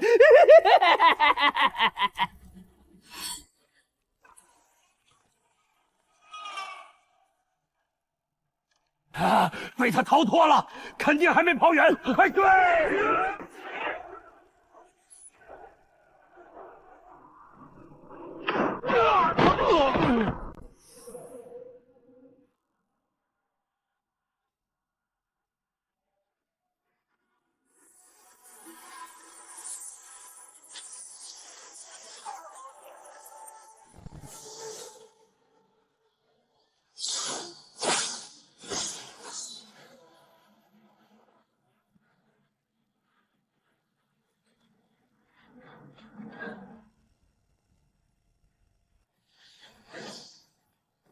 刚才出门遇到个不知死活的金丹拦路，被我用定神符无声秒杀，尸体正躺在我空间里等着炼尸。你们这对狗男女，给我等着！等老夫出来，非要扒了你们的皮，抽你们的筋！菲菲，你估计此刻还能困住这三人多长时间？大约1炷香应该没问题。1炷香吗？应该也能做很多事了。老匹夫，你竟然敢算计小爷我！今天小爷就放一把火烧了你这鸟宗门！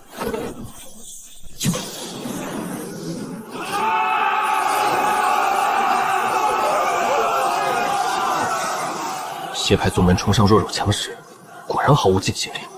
大难临头全是缩头乌龟，回去必须在咱们护卫队狠抓思想教育，战死光荣，偷生可耻。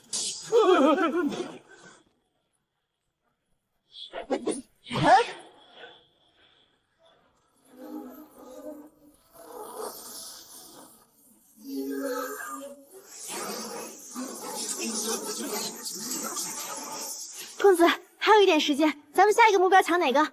前面有一座藏书楼，咱们去把里面的书籍全部搬走。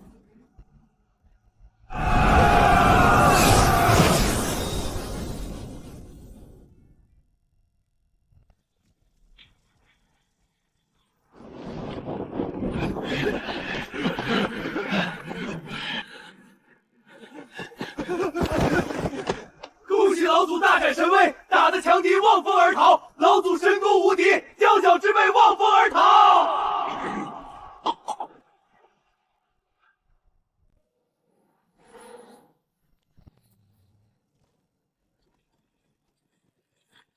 书籍可以复制，你先挑，选中什么自己复制一份，剩下的归我。我分不出太多精力学习，这些就够了。我只要进空间就有40倍时间，这黑刀门的传承正好让我取其精华，去其糟粕。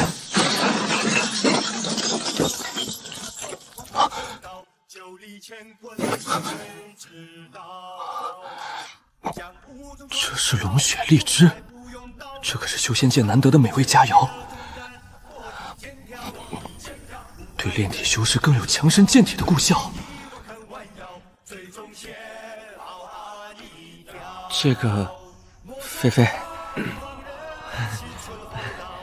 这颗果子对我有大用，能不能先让给我？以后我找到更多龙血荔枝了再还你。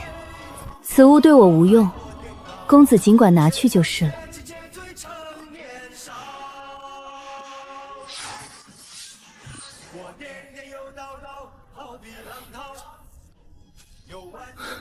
剩下的这些你都拿去处理吧，能换一大笔灵石。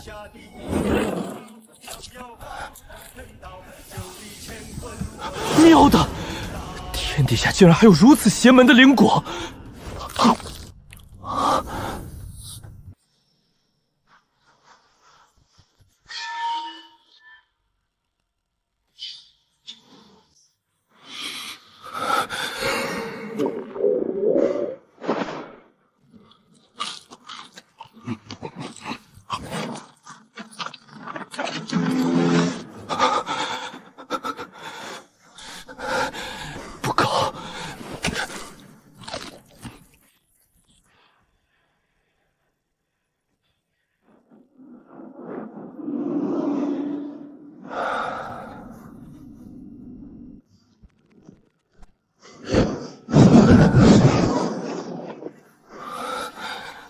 力量增长太恐怖了。当年那黑莲魔族拿着锤子压着3个元婴打，我现在单手就能挥动。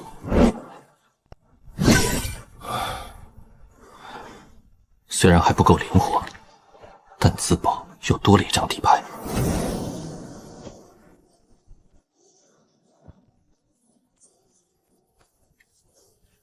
这月华草在外面娇贵，在空间里比野草还顽强。不过就算有40倍加速，它成熟也还得10多年。我得抓紧去外面搞一笔巨款。体内这破玉蝶胃口贼大，我上次结丹，它吞了我几百万灵石。这次结影还不知道是个什么天文数字。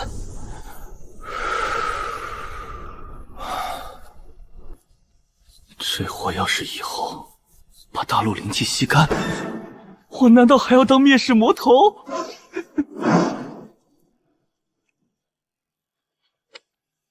这次出门筹款数额巨大，必定招灾。上官早祖的毒方，我用珠玉吹震边锋，加1颗结阴丹的空头支票换来了，可惜缺了绝技的乌龙藤。现在只差江长老这紫薇宗的千里挪衣符保命了。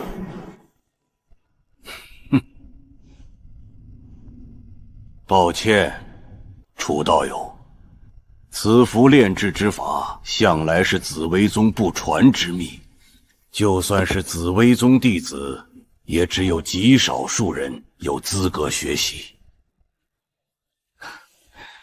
江道友太见外了，现在大家同属于吕门，都是自家人，何必非要分出个彼此呢？天下万事万物都有其对应的价值。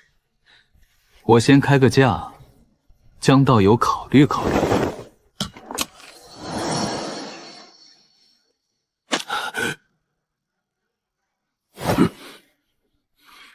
楚道友不用费心了。宗门祖传符箓，绝不外传。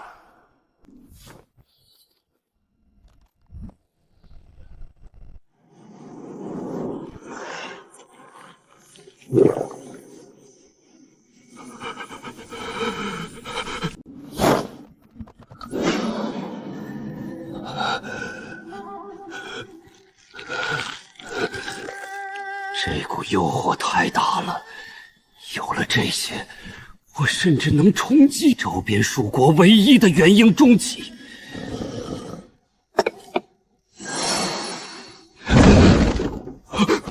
这竟然是中品配婴丹，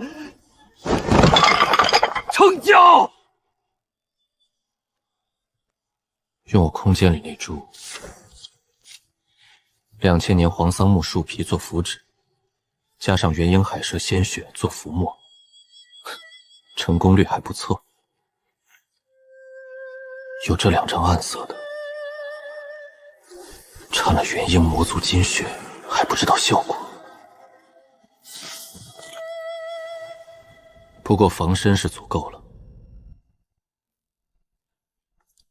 菲菲，我打算出一趟远门。好的，我马上去收拾一下行李物品。菲菲，你等一下。是这样的，我这次出门，家里还有许多事情放不下。我们俩上次得罪了黑刀门，对方不敢跑到吕门找麻烦，保不准会找珍宝楼的麻烦。只有让你留在家里，万一有什么突发情况，有你照应，我才能放心。公子放心，我一定会帮你看好家的。你一个人出门在外，一定要注意安全。要是有人敢欺负你，记得传讯回来，我一定灭他满门。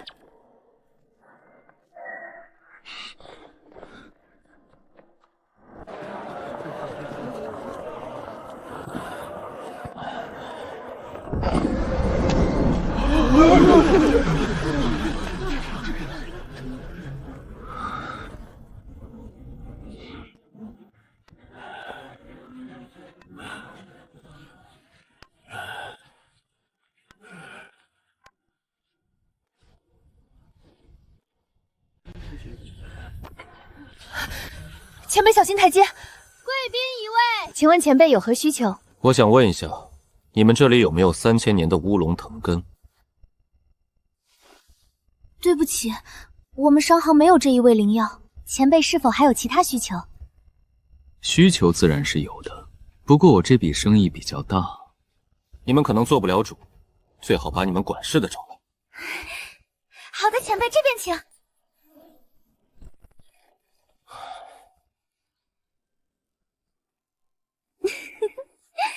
这位道友，妾身秋月有礼了。秋月道友不必客气，在下手里有一批千年灵药，不知贵商行是否收购？千年灵药，当然收。道友能否拿出来让妾身看看？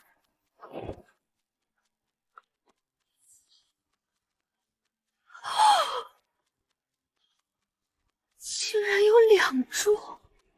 怎么，以贵商行的实力，吃不下2株千年灵药吗？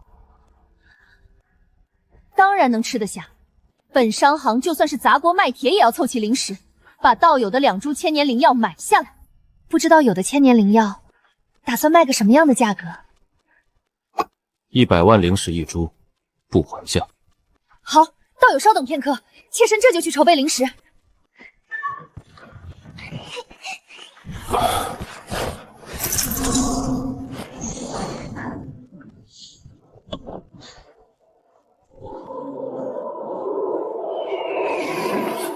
前面的道友慢走，请等一等妾身。原来我也拥有跟朱玉相似的超帅气质，只是以前没发掘出来。道友何故如此绝情？我家的心好痛，能不能帮我揉揉一下就好？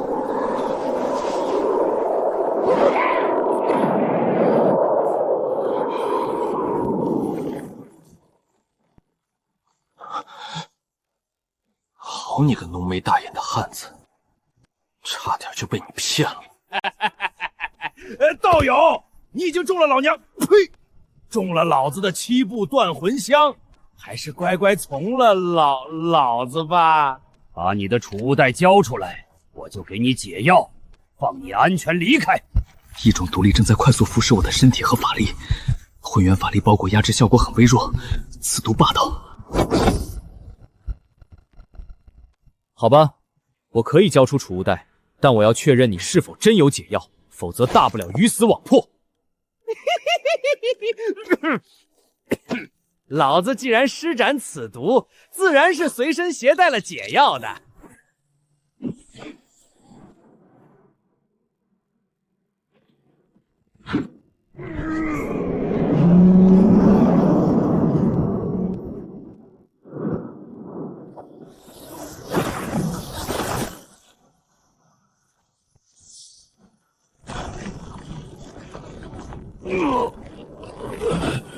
怎么回事？我是谁？我在哪儿？老实交代，这一瓶是不是解药？是，就是这个。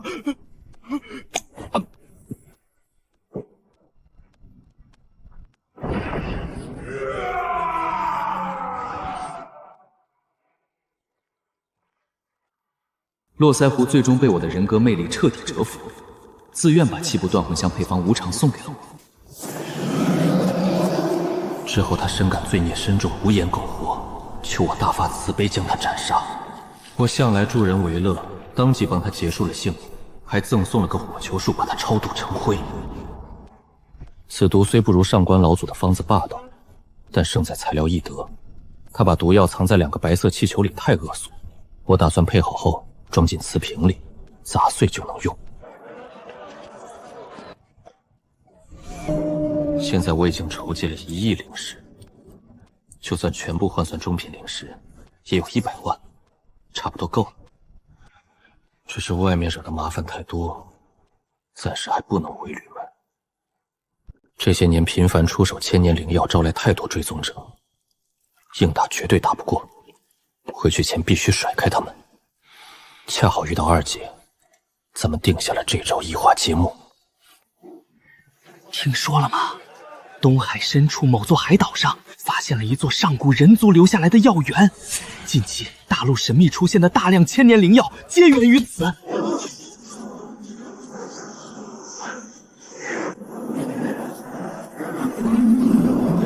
大胆人族！东海世世代代属于我东海妖族地盘，东海里的一草一木皆属于妖族所有，任何外族皆无权染指。前方妖族，还请速速让开。东海自上古以来便是我人族附属地盘，其中每一个海岛，在数十万年前皆属于我东周大陆人族领地。当然，这些都以前的陈年往事，不提也罢。咱们现在搁置争议，共同探索如何？呸！今天你们人族修士又想上前一步！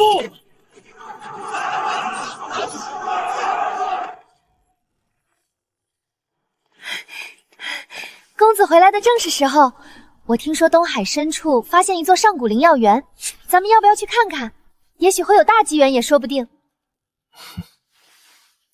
菲菲，抱歉，我回来的有点晚，东海上古药园已经去不成了。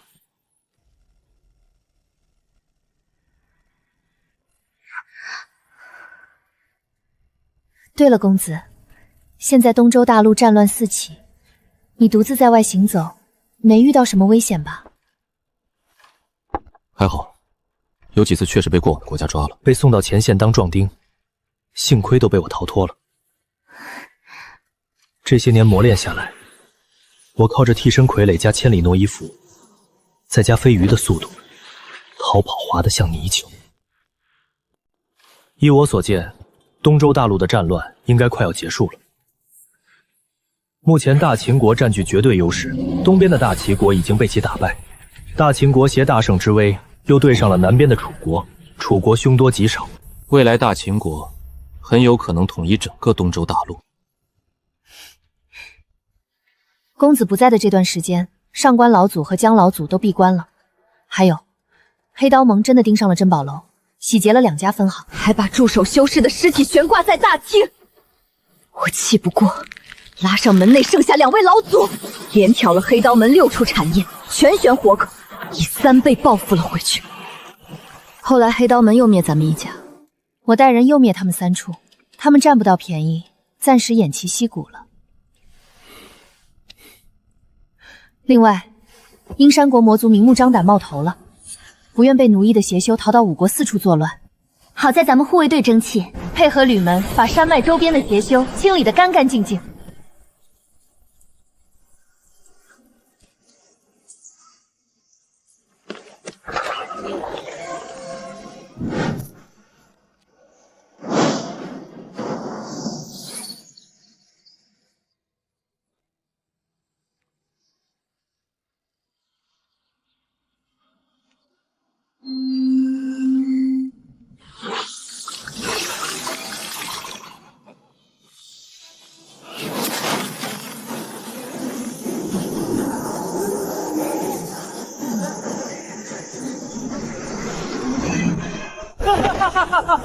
原来当天才的感觉这么爽！没用了，纯属浪费，换中品洗髓丹。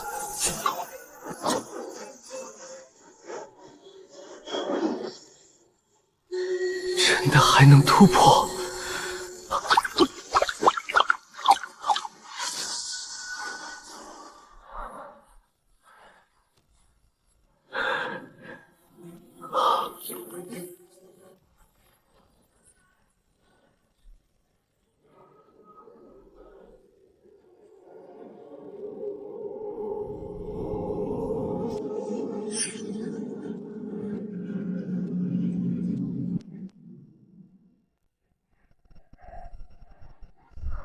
木属性灵根资质达到前无古人的116点之后，我的体质也发生了巨大的变化。原本我体内各项灵根资质都一样，极为适合修炼混元五行功。依靠五行之间的深刻转化能力，我木灵根达到100点的时候，五行之间仍然能勉强保持平衡。但现在木根资质自达到大116，情况就不太一样了，五行平衡终于被打破。太多的木属性灵气无法及时转化为混元法力，充斥了我的周身。我的肉身不断的被木灵气改变，不仅如此，我的混元法力也受到一定影响，有了缺陷，不再圆满。唯一的好处是我肉身被木灵气改变后，修复能力比以前增强了好几倍。综合算下来，应该是有失有得，利大于弊吧。至于混元五行功上出现的缺陷，我只能自己先修炼到元婴期，再慢慢修改。天下所有功法都是人创造出来的，既然前人能创造，我修补一下缺陷应该没问题。现在我的修炼资质已经提升到超越极限，结婴丹也炼制了5颗，修为境界也打磨得差不多，终于到了可以凝结元婴的时候。闭关期间，洞府一律封锁。我使用结婴丹突破，进展速度自然比不上黄飞卫用万年石髓乳泡澡，可能需要几年时间，最多还有2年时间。秦国将一统东周诸国，到时候我们圣族将成为秦国首要清除目标。诸位有什么想法，说出来，大家商议一下。依我看，我们不如先下手为强，先打将过去，灭了秦国，夺了他的鸟位。就知道打打杀杀有什么出息，不如让本尊带上10万魔种前往东周各地播撒，到时候整个东周大陆自然就成了我圣族的天下，这才是不战而屈人之兵。你以为魔种是廉价品？就算在咱们圣界，也要对应一名圣族死亡才能产生1颗魔种，这样随意播撒下去，得浪费多少魔种？而且我听说人族能够灭杀寄生魔种的那名修士还没死，又回来了。此人乃是我圣族生死大敌，必须诛杀。我倒是有个想法，咱们趁着秦国无闲他物的这段时间，全力将阴山国周边诸国全部拿下，顺便将那名碍事的人族诛杀。还要想办法把通往圣界的通道全部打开，然后在境内挑选一部资质优秀者担当魔种宿主。至于余下的人族，一部分杀掉，一小部分培养成听话的奴隶。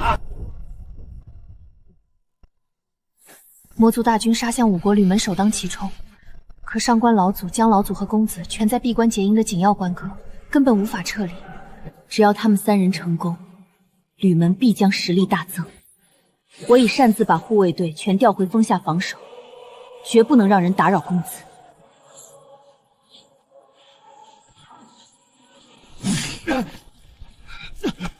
启禀黄老祖，应山国魔族大军已经到了吕门山脉外围，正在跟驻守在那里的赤阳堂修士激战。知道了。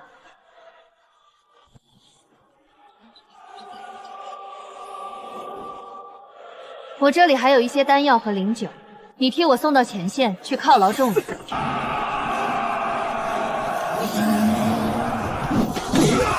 想当年，我曾立下宏愿，要做修仙界最顶端的男人。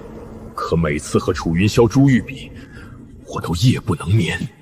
他们能有今天，一定是在背后默默努力了。我现在终于也到了金丹后期，定要和楚云霄一较高下。杀！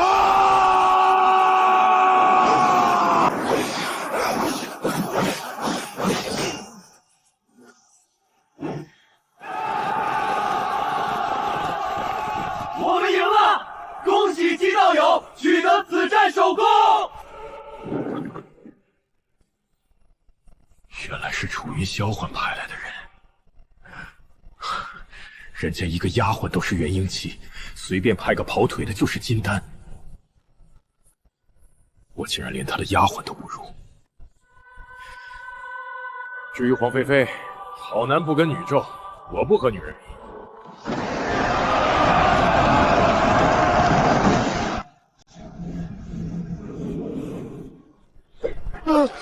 禀报老祖，吕门各路驻守修士已经全线败退，丹心堂一支修士小队全军覆没，只余朱玉长老一人逃出。紫薇宗修士小队覆灭。禀报老祖，魔族元婴强者已经出手，赤阳门何老祖被2名魔族围攻，肉身被斩，只为元婴逃出。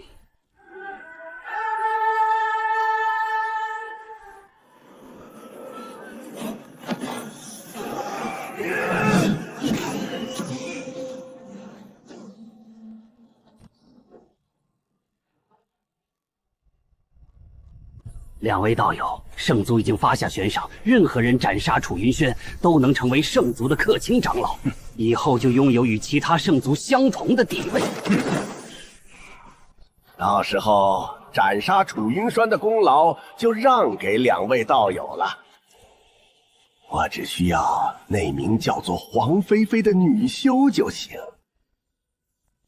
没问题，想不到田道友也是痴情之人。只是想要生擒一名元婴强者，恐怕有点难度。到时候要是不小心伤到田道友的心上人，可不要怪罪。这是自然，死活不论，能给田某留下此女的完整尸体就行。田道友果然是人中豪杰。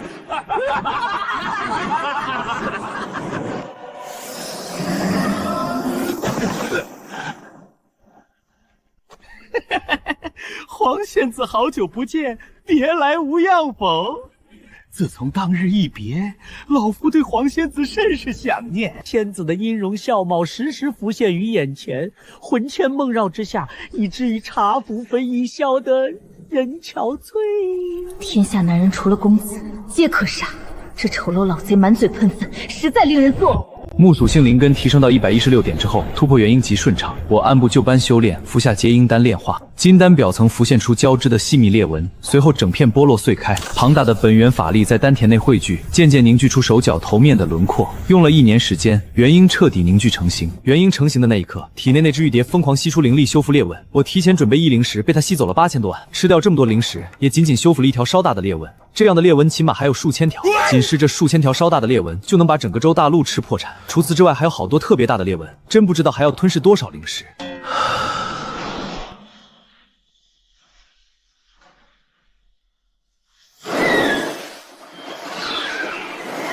空间变大，我与玉蝶的联系更紧密，已能掌控这里的一切。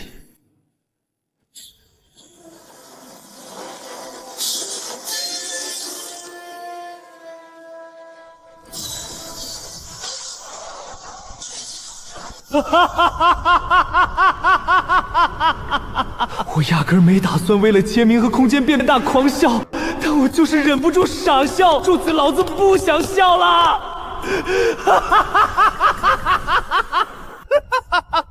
字符入体那一刻，我明白了，这玄奥字符包含了一道法则的力量，而这道法则就是笑。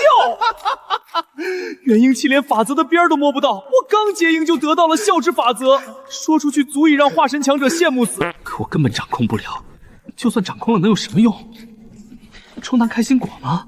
这不适合我这种元婴高人去干。一缕缕淬暗法则强行抽落，试图在之间重新交织。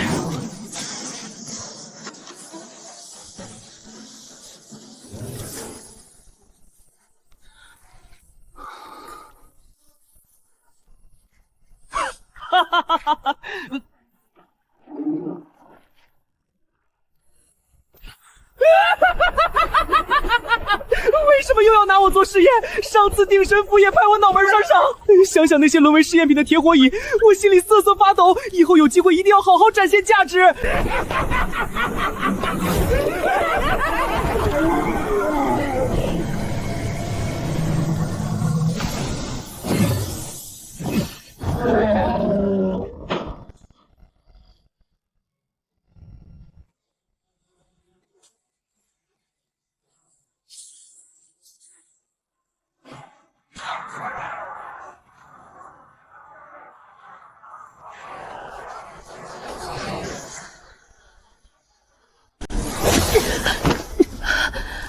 好险，刚才差点就死在这九眼魔族的幻境中。替死之后法力、本源真元和神识损伤极大，已经无法庇护他残破不定，现又跌出了我布置的大阵范围。面对这1人1魔2名元婴，我毫无胜算，必须转身逃跑，把他们引到上官老祖那边去。2个老痞男，看老娘将来不把你们抽筋扒皮！贱婢休走！道友别忘了，我们此行真正目的是那名叫做楚云霄的修士。对，差点忘了正事。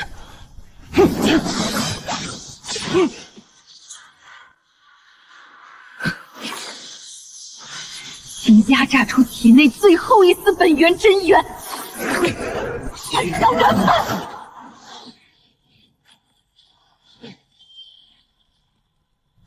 哟，仙子还挺重情义的。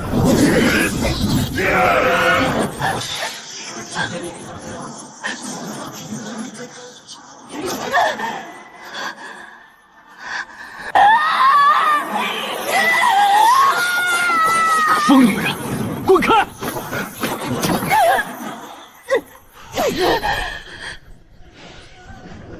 不要斩杀，把他生擒。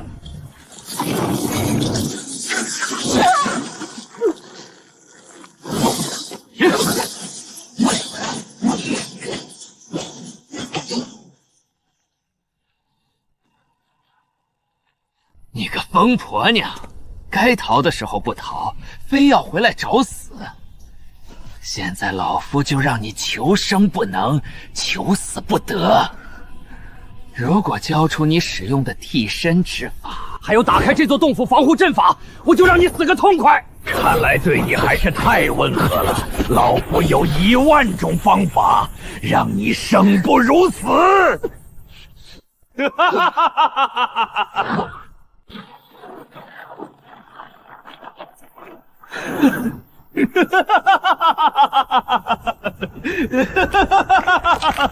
你们找死！哼，来得正好！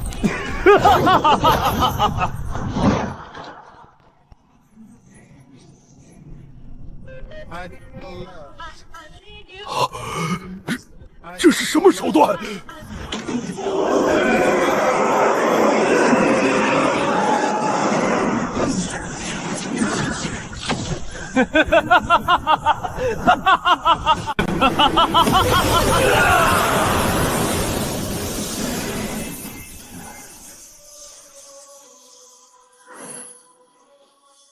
区区法术神通，很难跟法则抗衡。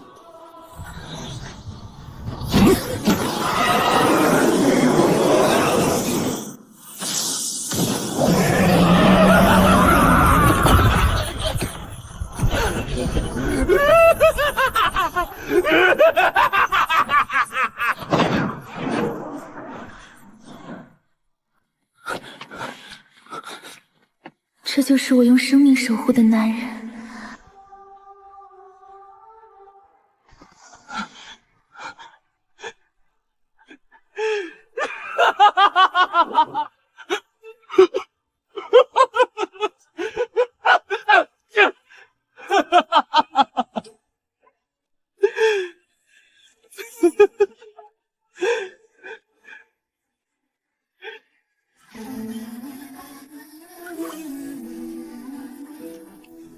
你安心在这里休养吧。魔族加到你身上的痛苦，我会10倍报复回去。这2人留给菲菲以后亲手处理，我现在要去清算旧账。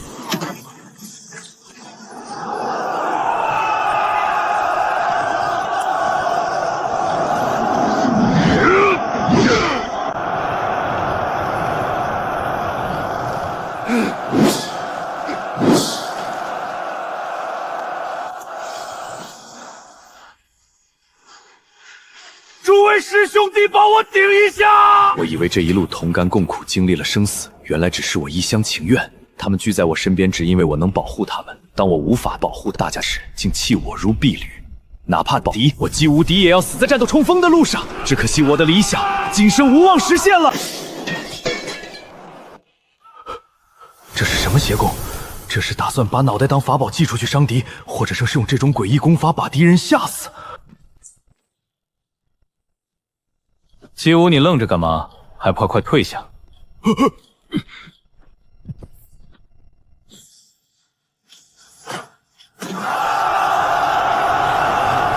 亏我前几天还在心里琢磨着实力能追上楚云霄了，事实却是我与他之间的距离越拉越远。看来我还是不够努力。哈哈哈哈哈！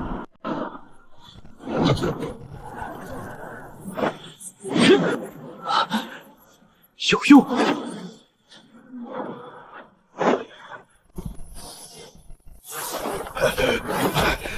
楚道友，且助我一臂之力。江长老，你就是被这5名元婴初期逼到这一步。江长老这次从我手里得到一批丹药，闭关修炼数年，已经成功突破到元婴中期，而此刻追在他释放的魔族都才元婴初期，这也太弱了吧！魔族手段诡异，单体战斗力强大，实在不好对付。是吗？我瞧瞧。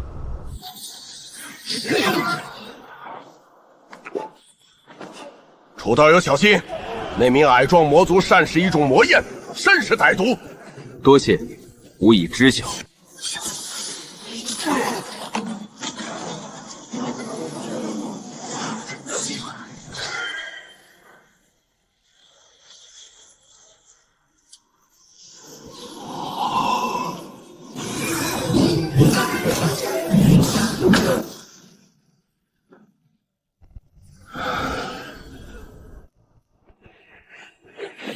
这些魔族尸体对我有大用，我可以放到月石祭台那里献祭，跟仙界兑换宝物。这次一下就得到好几具魔族尸体，再加上大战中死掉的魔族，收拢起来应该比上一次的收获更大。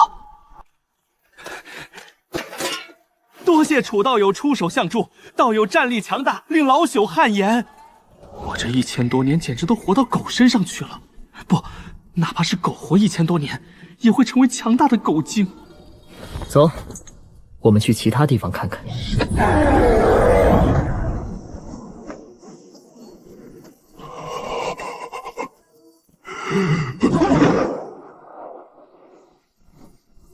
所有人排好队，提前把你们的魔族尸体拿出来，会根据尸体的强弱评估给出奖励。你这是一只金丹实力的魔族，可以兑换实力3阶丹药，具体丹药种类可根据需要自行选择。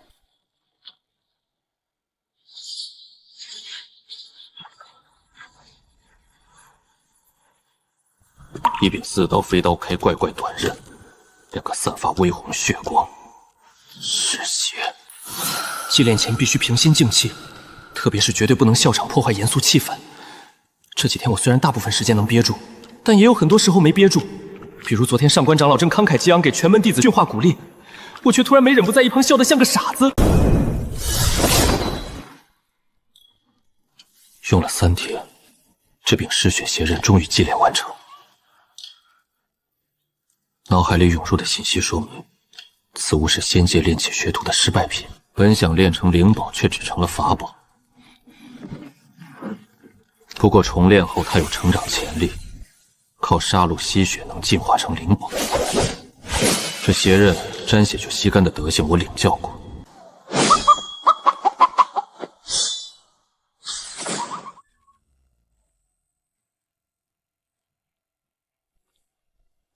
嗜血邪刃必须对方有伤口才能吸血，而且一旦吸到血就会极度兴奋，主动攻击，性子也不好控制。杀鸡试刀后，刀身隐隐有血光流动，似乎更锋利了一丝。实战威能以后再试。菲菲这次伤得极重，除脑袋外全被打成浆糊。我用施法则符符文解9眼魔族，让他神魂清醒受虐的秘术。他昏睡至今，我把剩下3粒圣洛全喂给了他，药液里加了数千年的强筋健骨灵药和剩下的木属性洗足丹，这次等于帮他重塑一副天才肉身。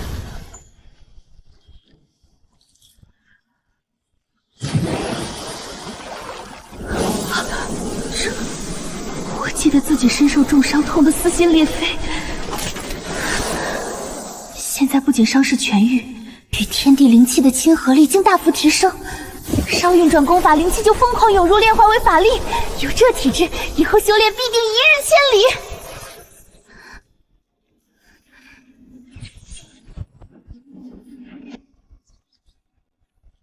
菲菲，你终于醒来了。多谢公子再造之恩。你我之间不用客气。对了，伤势全好了吗？身体没什么不妥之处吧？很好，比以前还要好很多。菲菲，当初伤你的2名敌人，我可还帮你留着的。现在交给你亲手处置吧。这2个货就交给你了，你回去还要做一些准备。吕门将要搬迁，换一个地方重新驻扎。好的，公子。阴山国魔族跟5国勾结，吕门夹在中间，迟早被包饺子。上次惨胜赏王过半，门中决定举门搬迁去东海荒岛谋生。我可不是心慈手软之辈，这2人当初折磨我，我必须10倍还回去。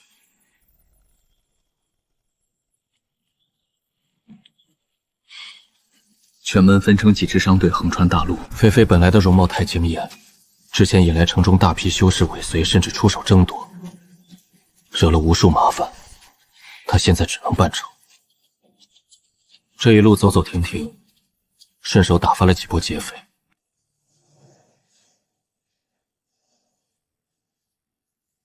这陨星岛直径200-300里，一片荒凉，毫无建筑。吕门耗尽腰包，从濒临灭国的小国手里买下此岛。如今全门只剩5名元婴，12名金丹和1000多底层弟子。我手下那支拥有3名金丹的护卫队，成了岛上最强力量。楚道友与黄道友大驾光临，令寒舍生辉呀！金道友客气了，在下金丹之时便得到过道友的照顾，今日特意过来叨扰，跟道友叙叙旧。道友来就来呗，还客气啥？姬无敌，你小子还愣着干啥？还不快快上场！上官和江老祖突破中期全靠楚云霄，今天我必须让楚阳霄舒服了，哪怕让姬无敌做出牺牲也行。人家不仅地位远超于我，身边丫鬟的绝世容颜更是无法形容。我家那道侣连他一根手指头都比不上，真是羡慕。金道友，我此次前来有一事相求。哦，不知道友有何事？只要老夫所曾及的地方，定然全力相助。是这样子的，我最近在钻研完善一部修炼功法，需要更多的功法作为参考，所以就想跟赤阳堂交易一些修炼功法，还望金道友成全。道友此事有点难办，修炼功法乃是赤阳堂老祖宗传承之物，关系重大，不可外传。金道友见外了，如今你我同属吕门，都是一家人，何来外传一说？结鹰丹，结鹰丹，现在别说违背祖宗，楚云霄就是让我当场给金祖祖俩再踹一脚，我也干得出。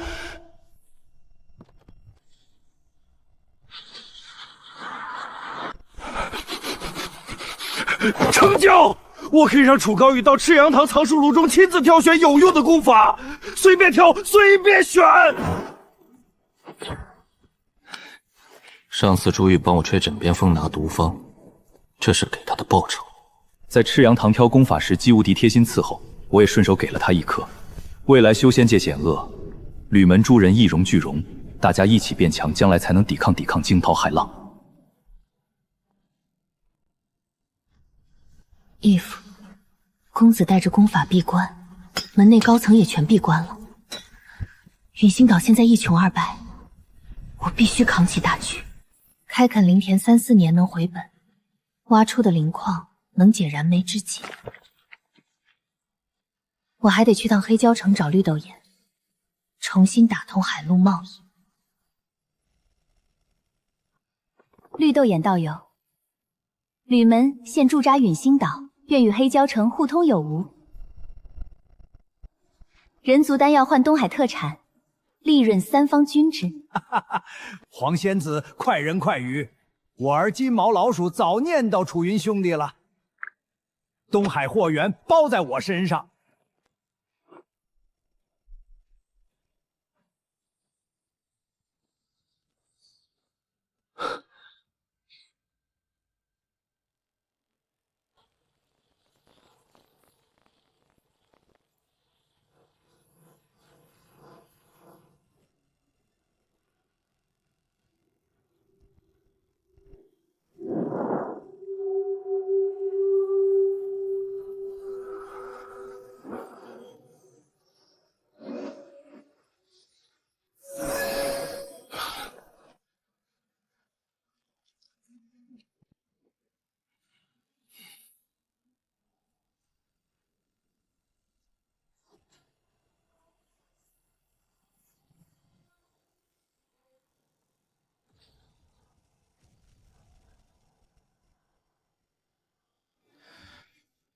唉，又得重新弄。快党在空间建模推演虽然方便，但这129000多种方案全靠试错。刚才这经络自然要是发生在肉身里，我不死也得重伤。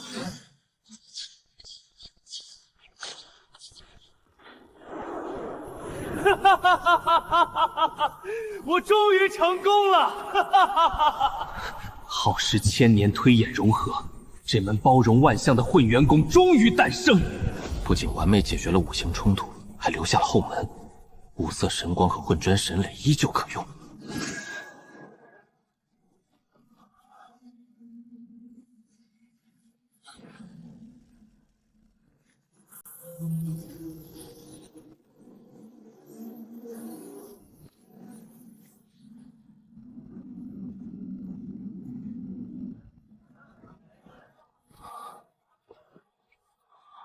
菲菲真了不起，我手里不缺钱，靠的是空间。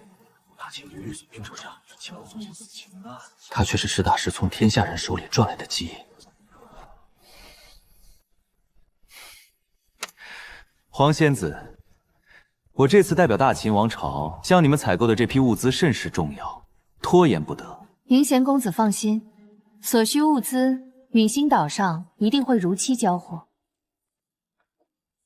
这笔交易交完定金便算定下，不知银贤公子是否还有其他需求？多谢黄仙子的热情招待，不知能否邀请黄仙子到大秦王朝的皇宫一游？抱歉，在下最近公务繁忙，没空。既然如此，在下就告辞了。大秦王宫随时欢迎黄仙子的到访。公子，你终于闭关出来了。公子，你都饿瘦了，咱们回去吧。我又研究出好几种海鲜的新做法。公子，你看，这座坊室的格局是我亲自设计的。菲菲，你真能干，这些年辛苦你了。论修为我元婴期，论长相我风度翩翩，论身份我是大秦王子，我究竟输给这其貌不扬的野小子哪里了？你们几个去打听一下，这个是什么人？大秦战场，魔种。菲菲，你可以让商队跟东周大陆上的人族传个讯，我可以治疗被魔种寄生的修士。秦国一败，整个人族都会被奴役，覆巢之下无完卵。趁我现在自创功法大成，还能出点力，就多做点事。哪怕这则消息放出去，会立刻引来魔族倾尽天下的疯狂暗杀。要深入这片死亡绝地中，利用海水中的巨大压力淬炼肉身。要想人前显贵，必定人后遭苦。与我同期的楚云霄和朱玉能取得今天的成绩，一定在背后比我更努力，吃了更多的苦，遭了更多的罪。我要成为最强者，绝对不能再堕落下去了。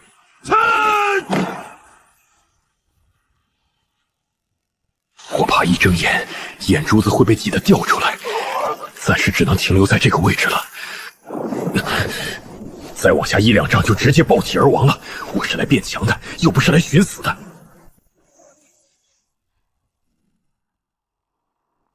这包浆灵果碰到就炸，威力巨大，但碰不得。以前在月石广场靠阵法被动防御，现在正值多事之秋，我得把它当主动武器用。在空间里，我就是主宰。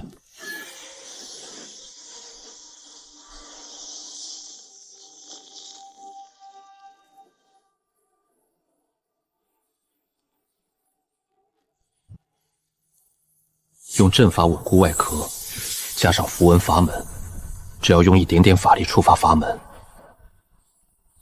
外壳溃散，爆浆灵果自然爆炸。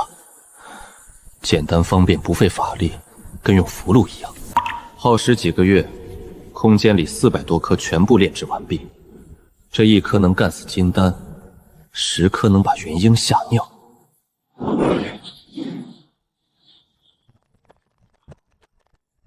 菲菲，我自己留了100颗，余下的300多，你给吕门和手下护卫队的金丹修士们分下去。接下来，我要开始为人族修士治疗体内寄生的魔种，必然会为陨星岛招来灾祸，让大家都提高一些战斗力。菲菲，我手里还有一粒多余的结营丹，你拿去看看给谁用比较合适，就找个借口奖励给谁吧。好的，公子。咱们能治疗魔种的消息已经在东周大陆传出去了，现在已经有一批修士正在往这边赶来。按公子的规矩，治疗除灵石外，还得交一只同阶魔族尸体，收费不高，不至于倾家荡产。但金丹修士想杀金丹魔族，得带亲友团。我已在岛上偏远地带划出接待区，布满阵法，防止打斗破坏。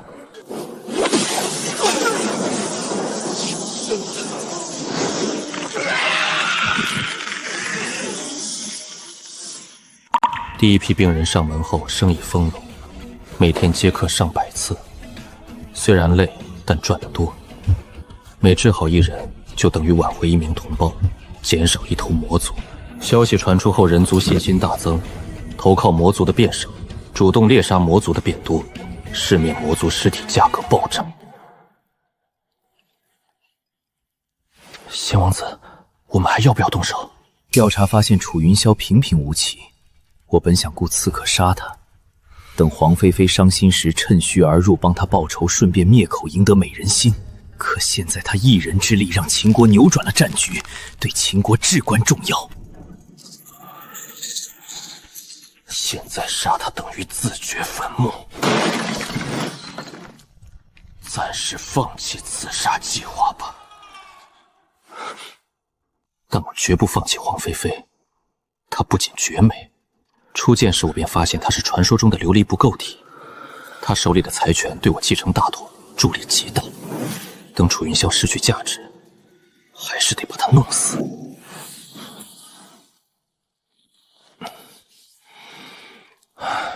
今天又接客281人，得到281具尸体。这段时间积攒了近20万具魔尸，等有空得再用玉石祭台献祭一次。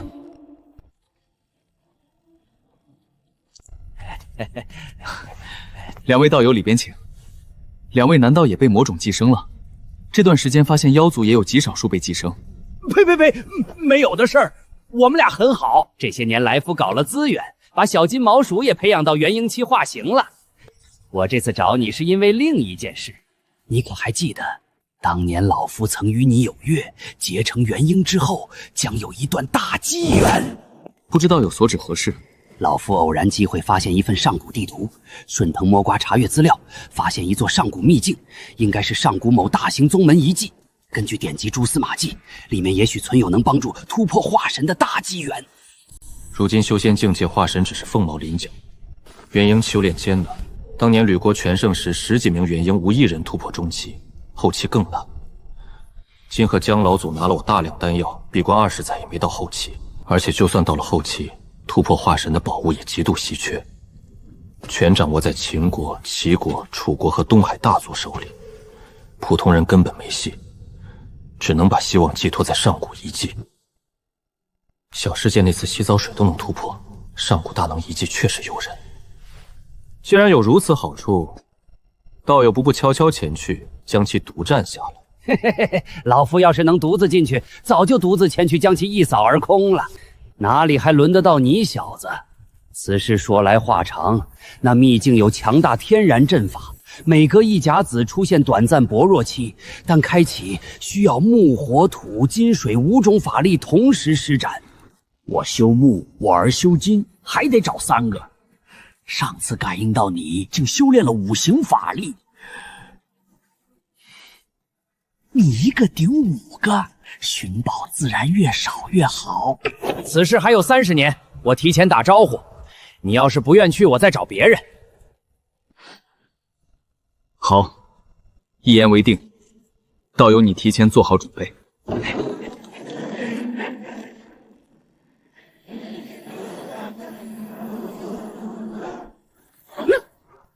完了，今天来的不是时候，摊上事儿了。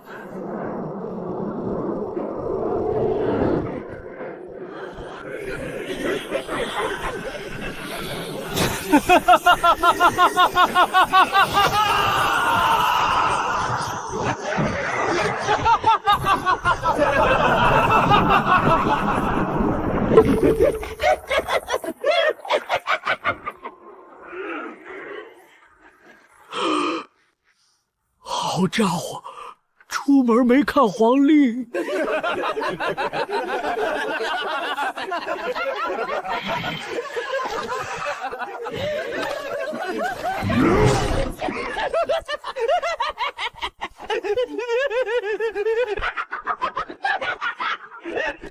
住嘴！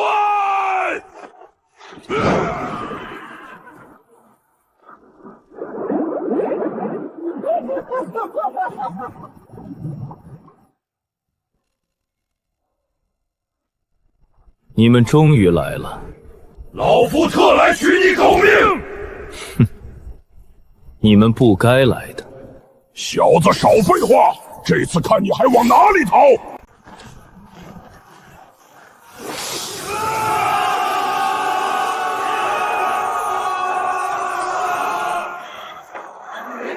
杀了他！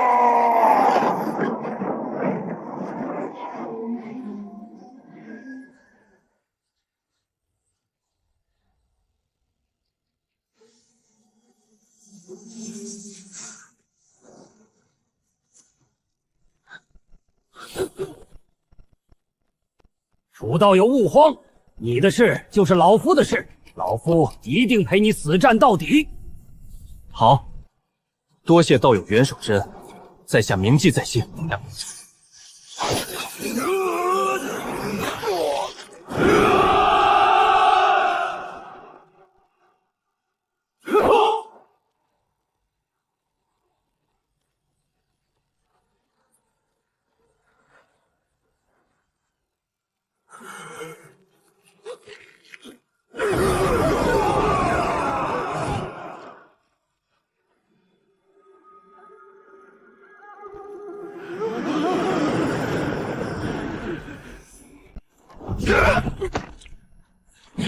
何方鼠辈敢藏在暗处偷袭？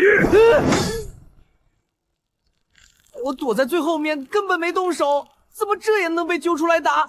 真是倒霉透顶！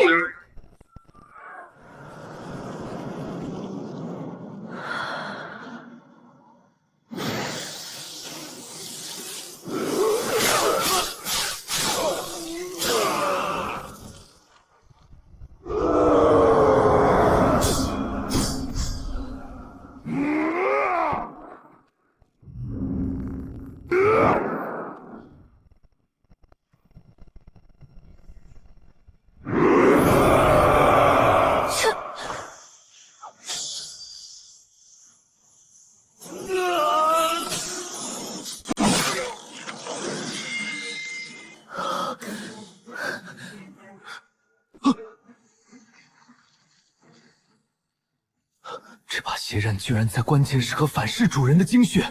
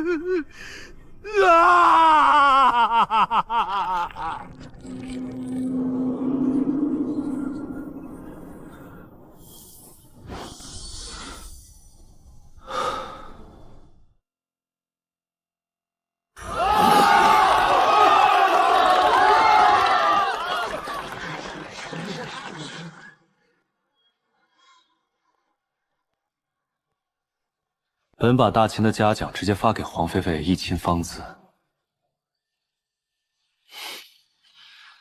没想到他和楚云霄全都闭关谢客，连个人影都见不到。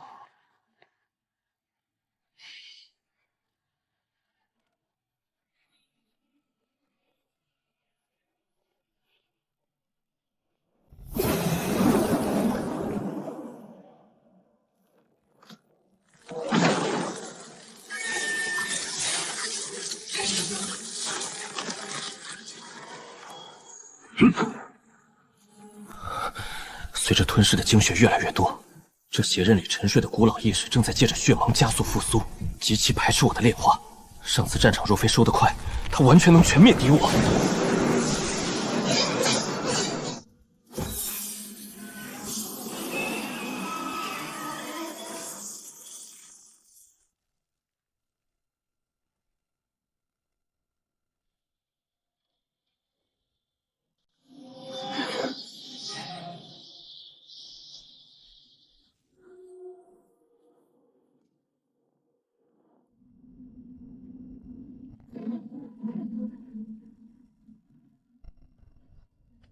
小萧，我重回吕国旧地调查一件事。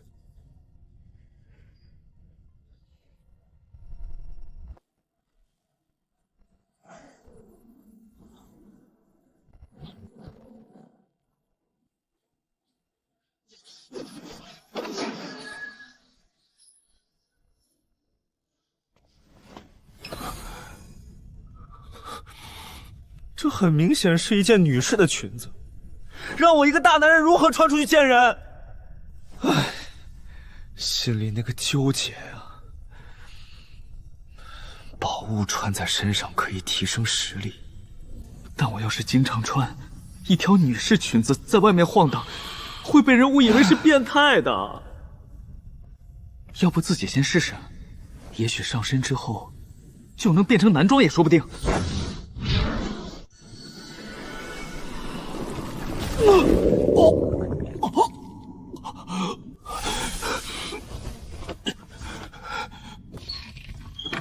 公子，你来啦。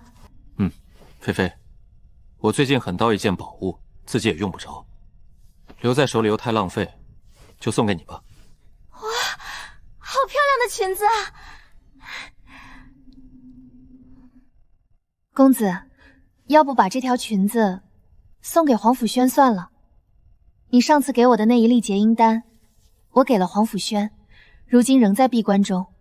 如果不出意外的话，应该很快就能成为元婴修士了。公子难道不知，皇甫妹妹一直对公子有意？被菲菲一提醒，我才恍然大悟。以前皇甫轩看我的眼神确实不太一样，我曾被他惊艳过。可我现在一心修炼，无心他顾，儿女情长以后再说。广陵真人当年对我有恩，平时关照一下五师姐，也理所当然。不过这条裙子是送给你的，你就留着自己穿吧。多谢公子。以后没必要因为谁喜欢我，就刻意关照了。这天下喜欢小爷我的，没有10000，至少也有8000，哪里能关照得过来？公子，咱们陨星岛加上外来人口，还有东海妖族在内，男女老少加起来，一共也只有6000人。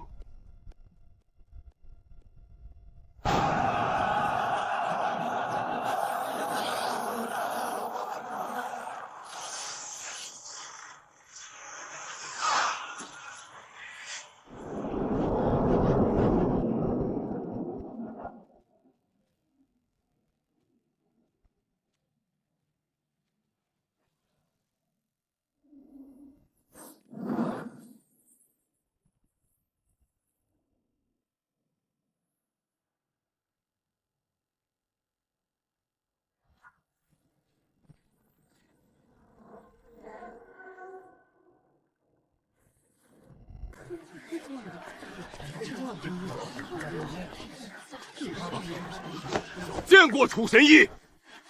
我与楚神医见过面，我与楚神医说过话，我与楚神医进行了深入的互动，楚神医还对着我笑了。小萧，光头男子本体已脱困离去，你要小心。看那青铜柱和锁链品质，他实力至少在化神以上。那柱子我用尽全力也无法驱动分毫。我们当年斩了他分身，我又吞了他血线，对方极可能来寻仇。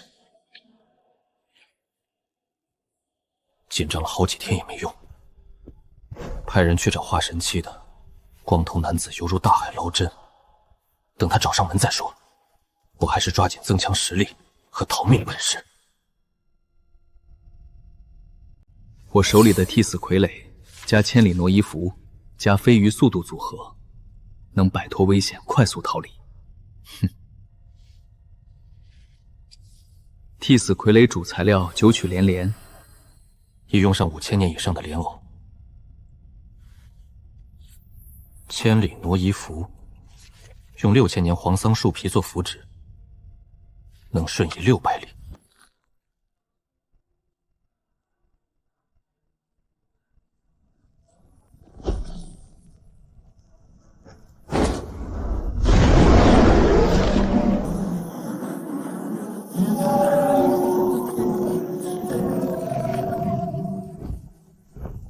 主人，我回去了。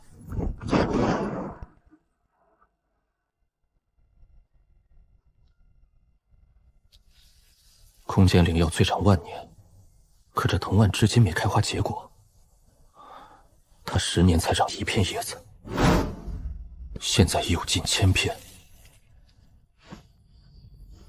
我饱览4家万年宗门书籍，论约伯修仙界鲜有人迹。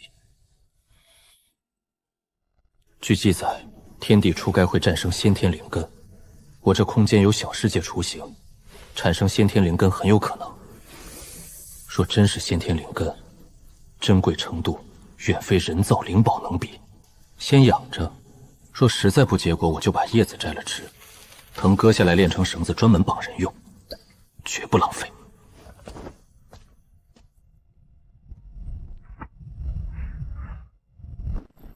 万年灵药药性太猛，飞鱼能生吃，我服用还是得炼成丹。千年灵药在外界已是极度稀有，我现在千年灵药1大片，万年几10株。刚喂了狗，不对，刚喂了宠物1株万年灵药，我要是不吃1、2株，心里终究不平衡。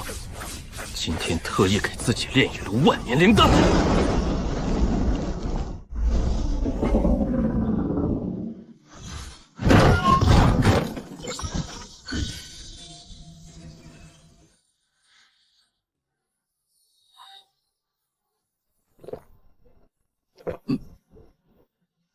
丹是好丹，就是这大小不太好吞，容易噎着。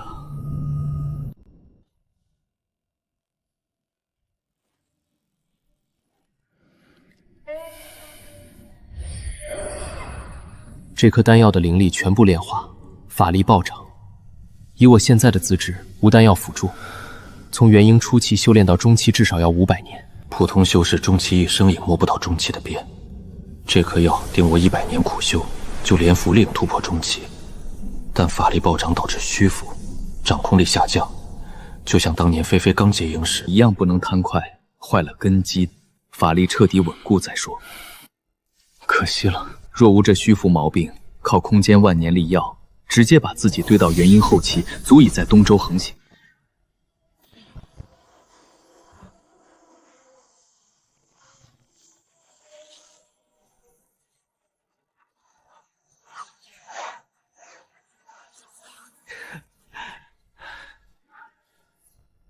这2粒鸡蛋大的丹药，你拿去服下，提升修为。剩下的接田丹和2粒结婴丹，分派给下面的人。双拳难逼4手，多培养些亲近力量，很有必要。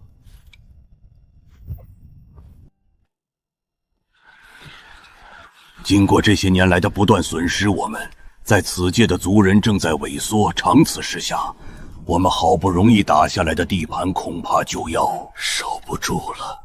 彻底打通2界通道的进度必须加快了。只要通道打通，就会有大量圣族从圣界往这里而来，踏平此界。此事皆由那个名为楚云霄的贼，只要将其除此局轻易可破。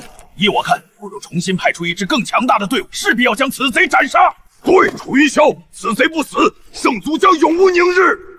说的容易，我们上次派过去的人手也不弱，最后却落了个全军覆灭的下场。你们说，让谁去？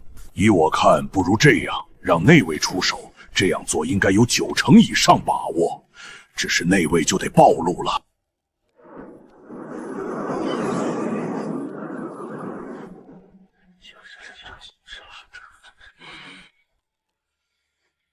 在下奉命，请您前往大秦国，为我朝一位重要人物医治。不提供上门服务，想治自己来岛上。哼！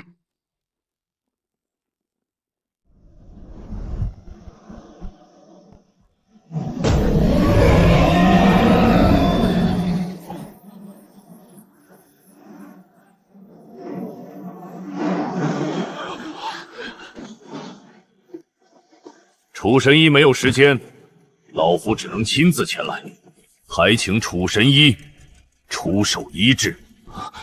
竟是权穷天下的大将军。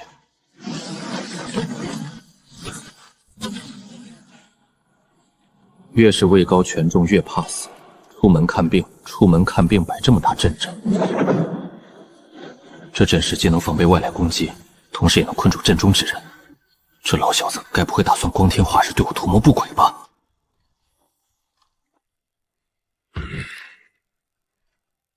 楚神医，咱们开始吧。医治费用需要30万灵石，以及一只元婴期魔族尸体。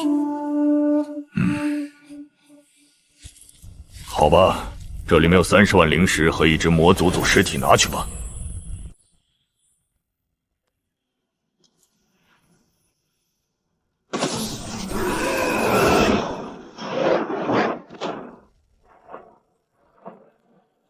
结阵！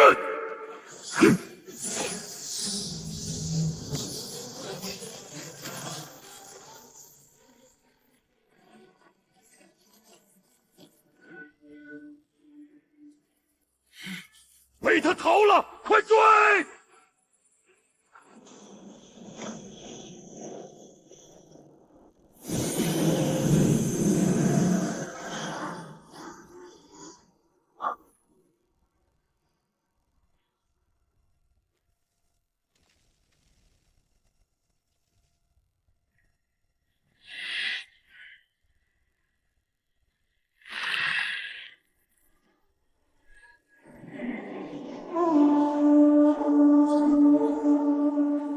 楚云霄意图刺杀大将军，失败现已逃窜，胆敢阻拦者，与其同罪。想抓楚公子，从我尸体上踏过去。挡我者死！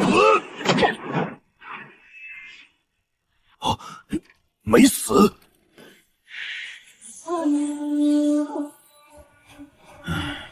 难道此子是受上天眷顾不成？竟然如此难杀！唉，想我祖上曾是鲲鹏，何其的威风，未曾想家道中落，我竟落得每天逃命的下场。好啊，下回遇到秦国大将军了，你先上，跟大将军大战300回合，给我争取跑时间。算了，本鱼懒得跟他计较，先带着你暂避一下。这货相对于鲲鹏还只是青少年，喜欢发豪言壮语。他战力虽强于同阶，但还跳不过元婴后期。倒是我自己，若定神符处于全胜，再有人舍命帮我牵制大将军一瞬，顺便扛住另外8个元婴，我还真能投机取巧赢他。或者用嗜血邪刃也有很大几率，只是代价太大了。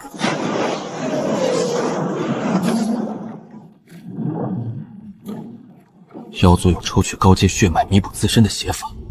飞鱼这种没后台的异种极易沦为猎物，上次扮白猿把白猿族坑惨了，这次换个皮肤。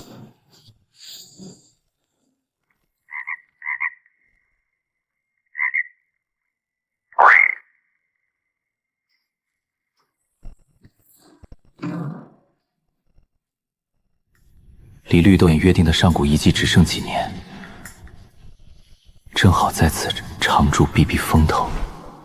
我已悄悄联络绿豆眼，传讯给黄菲菲，一是我安全，二是散播大秦将军是魔族卧底的消息。大将军先胜后败，损兵折将，加上我推波助澜，够他喝一壶的。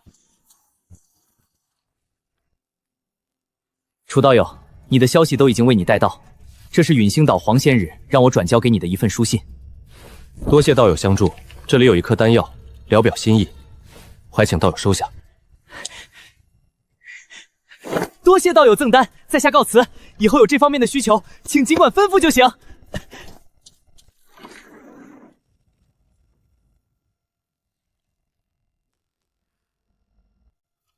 菲菲信上说，大将军追丢我后，留下2个暗探在岛边监视，被围了一肚子火的陨星岛众人，当天夜里直接弄得暴毙身亡，尸骨无存。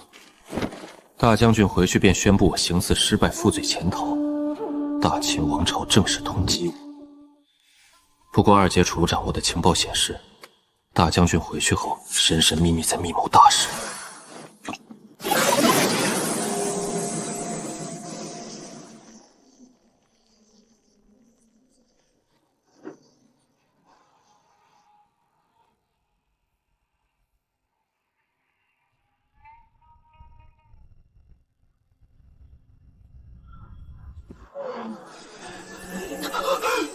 大将军竟然已经在秦国谋反！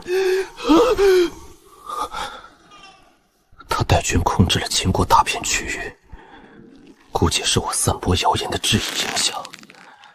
他干脆一不做二不休，揭竿起事，心腹们纷纷追随，其他隐藏的敌对势力失去大秦压制，也纷纷效仿割据地耳。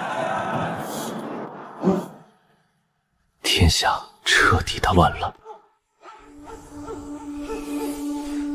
越往东走，灵气越稀薄，直到成为毫无灵气的不毛之地。修士体内法力不断流失，却无法吸收天地灵气补充。古籍记载，曾有修仙者带足物品，穿越不毛之地，飞到世界尽头，那里是一片正午太也无法驱散的绝对黑暗，目不视物，神识被困体内。我觉得这世界更像一个把所有人囚禁于此的巨大囚笼。楚道友，再往前方，就是彻底没有灵气的不毛之地了。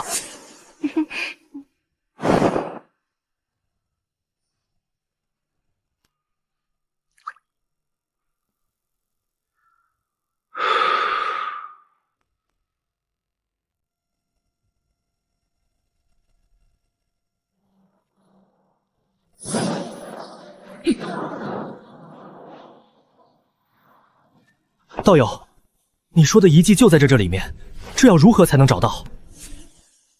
绿豆眼极其谨慎，遗迹具体位置连金毛鼠都没说。这一路行来，这母蜥已经总是旁敲侧击打听具体位置。绿豆眼眼里已有杀意，只有他那傻儿子还被迷得神魂颠倒。不急不急，咱们这一路飞行了1个多月，不如先在前方小岛上休养一会儿，等恢复到最佳状态再说。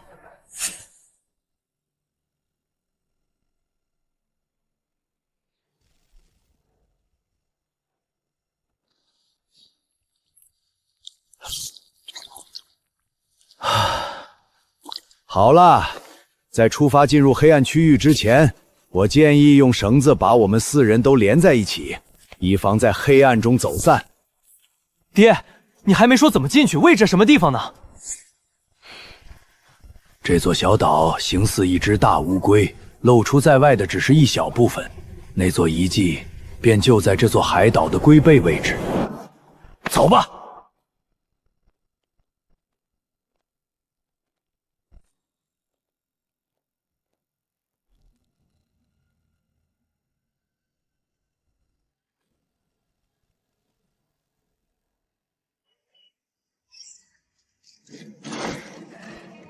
黑暗阻隔了追踪信息，后面的路只能咱们自己找了。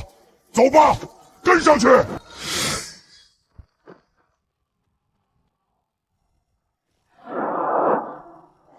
哈哈哈！休想逃过老夫的掌心。这黑暗你有通天神通，也得变成瞎子聋子。我一路上不断掏出爆浆灵果，安置在路边石缝里，只要后面追踪的人碰到，必然被红色腐蚀浆液浇一身。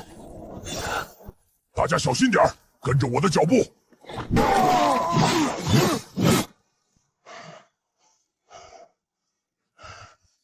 老五，你怎么样了？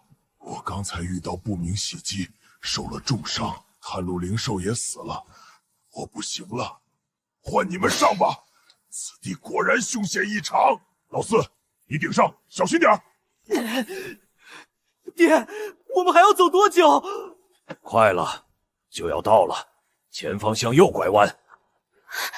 前面有光，我们到了吗？不要靠近这个光点。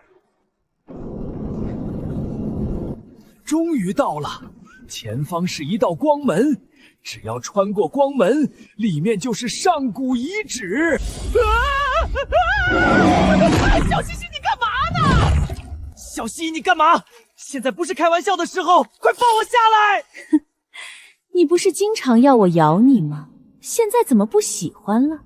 放我先进去，留你儿子一命，否则休怪我一口将他吞下。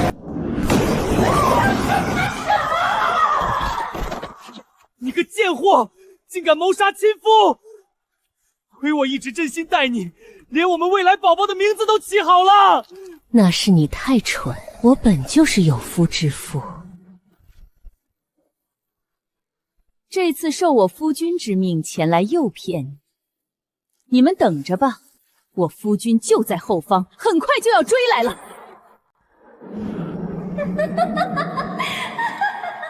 效之法则声波轻易穿透绝对黑暗，给我提供了精准坐标。说吧，是谁派你来的？你们不能为难我，我是黑蛟族五长老的亲近之人，是五长老派我来接近你们。五长老他在我身上布置了追踪禁制，随时能找到我的位置。黑蛟族五长老连爱妾都舍得派来当死金卧底，这绿帽气度，我真学不来。金毛，你给老子滚过来！现在给你一个改正错误的机会。金毛饶命，我不是故意要欺骗你的，其实我心里只有你。那我便要弄清你心中真实想法，看看你心底究竟作何想法。好了，还请楚道友一起出手，打开入口处的禁制。此地有一座天然形成的大阵，无人操控却能一直运转不息，每60年一个轮回，才会出现光门这种阵法薄弱之处。此处以5行轮回相互克制，任何一行单一属性进入都会被其克制。我出火、土、水3种法力，你们俩用木和金2种属性法力，同时施展。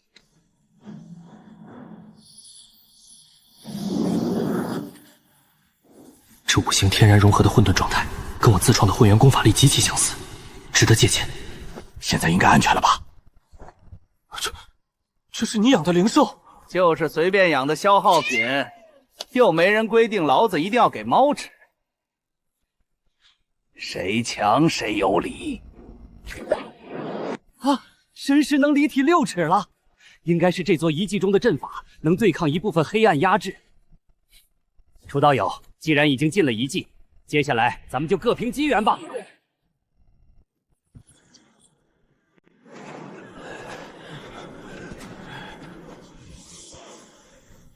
这一路他们走在前面，所需要经历的凶险更多，现在肯定也是人人带伤。我们追上去，先把他们几个杀掉，再慢慢搜刮遗迹里的宝物。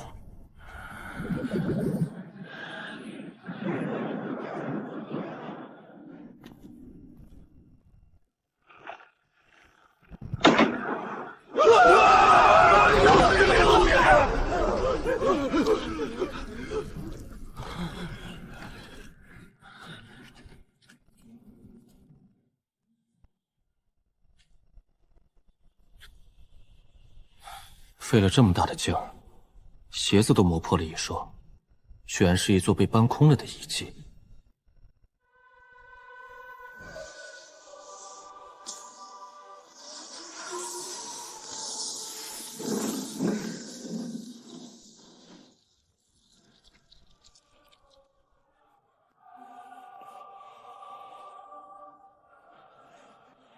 若是没有宝物，为何还特意保留阵法守护？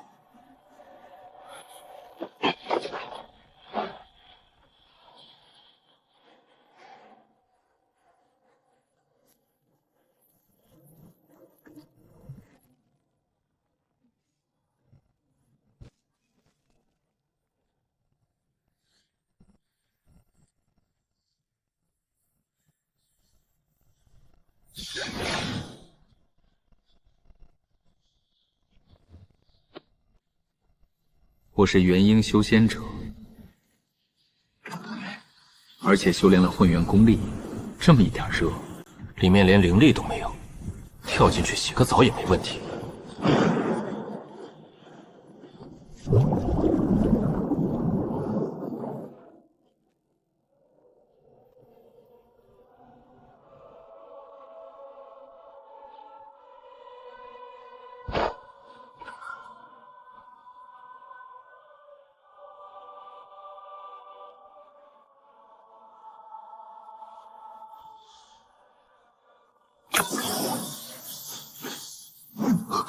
启动这座大阵要消耗360万灵石，我全身上下也才10多块上品灵石。这难道是一座超大型传送阵？在这片黑暗之外，也许还有一个更加广阔的世界。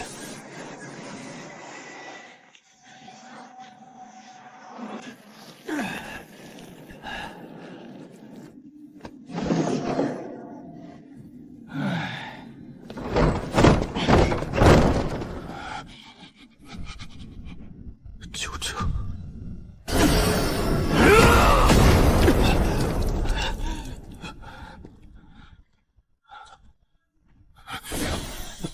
都有什么人？明人不说暗话，虽然道友异形换容之术有些奇特，我猜道友应该就是黑蛟族的五长老吧？是又怎么样？此地遗迹有德者居之。五长老误会了，此地宝物自然是有德者居之。我们父子来找五长老，是想要与你合作的。好，我同意。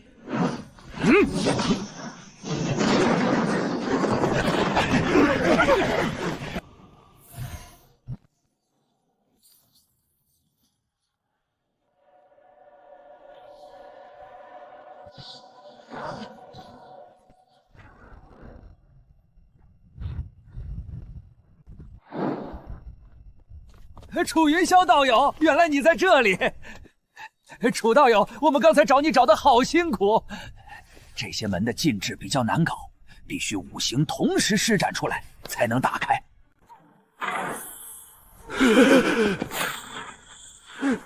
糟了，我们好像出不去了。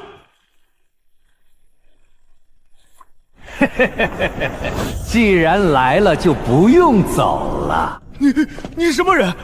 你是化神期的元神？我的身份并不重要，老夫在这里等待了数万年，今天终于见到几个活人，都留下来陪老夫吧。他在夺车，我们不如趁机杀了他。哼，迟了。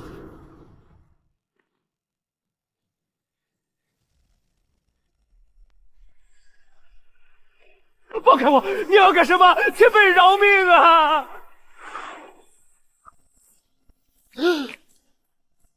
这老东西要吞掉咱们元婴，大家并剑他！区元婴期的蝼蚁也敢在老夫面前动手？好，好，好！没想到天底下竟有此等逆天资质，老夫收下了。我仅仅木灵根资质便已经超过人类极限，达到了116点，连我自己也从未听说过天底下还有第二个像我这样的绝世天才。多谢前辈夸赞，晚辈的修炼资质确实有点与众不同。前辈，你看看我，晚辈的修炼资质也很不错的。还有我，老夫没白等，你的身体老夫收下了。没想到修仙间界还有如此宝地，哈哈哈！何待老夫发财了？啊！就凭这点威力，能奈我何？在我的空间里，我是主场，化神强者领悟法则，但在空间里没有用，能调动天地灵气，但我让你连灵气的边都挨不着。不过就算如此，我仍然累得半死，才把这只元神驯服。有种就放开禁制，与老夫大战300回合，或者你就直接打死老夫。留着他这条老命，我还想从这个老货嘴里出一些情报来。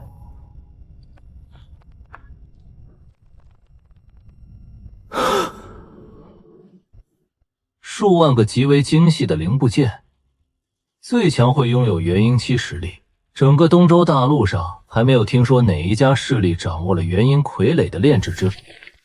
只需消耗一些灵石，就能发出威力巨大的攻击，绝对会是一件战场利器。这2门炼力器秘术，只要得其一，便足以安天下。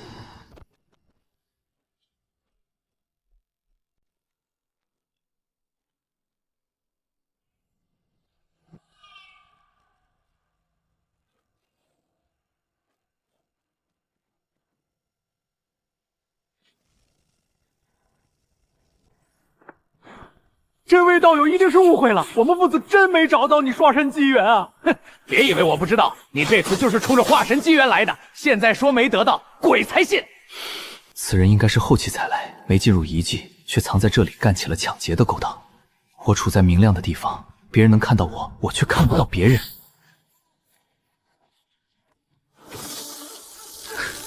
太缺德了！啊！无耻之徒，去死！去！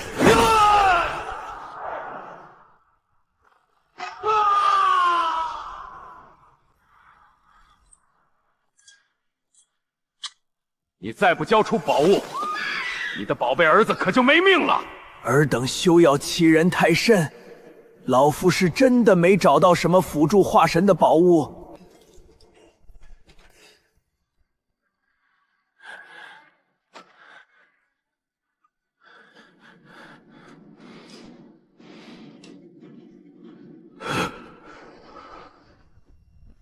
够了，孰可杀不可辱！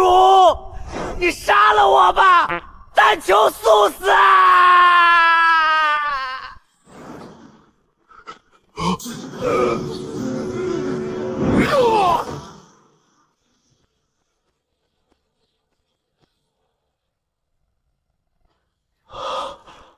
多谢救命之恩，请问是哪一位道友？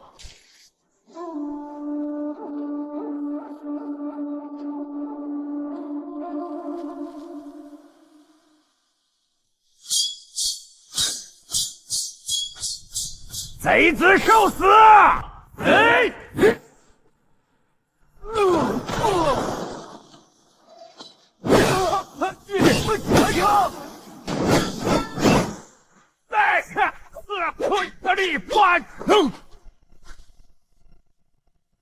爹，敌人可能已经离开了。多谢道友救命之恩，在下父子没齿难忘。道友不必客气，举手之劳罢了。楚道友，你没事？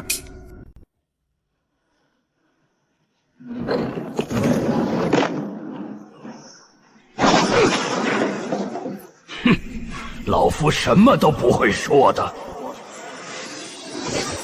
我区一元渊修士，好不容易抓住一只化神期元神，必须得从他嘴里问出点什么。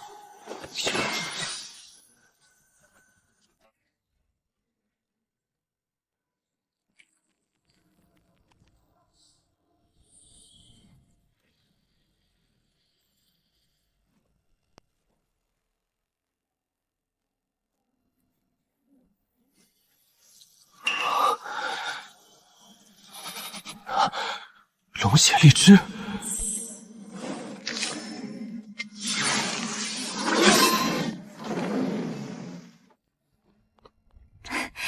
公子。菲菲，这些年来都辛苦你了。我这次在外面得了不少好东西，你看，这是什么？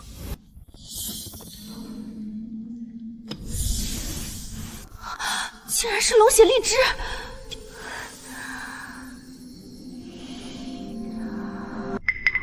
公子，你吃了吗？我已经吃过了，这2颗都是给你的。好的，那我先吃1颗尝尝味道。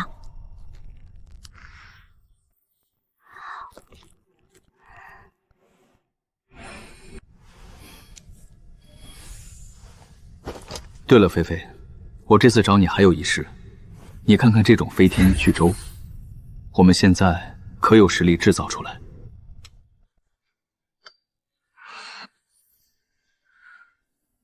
这种飞天巨舟炼制难度确实很大，但无论如何，咱们都要将其炼制出来。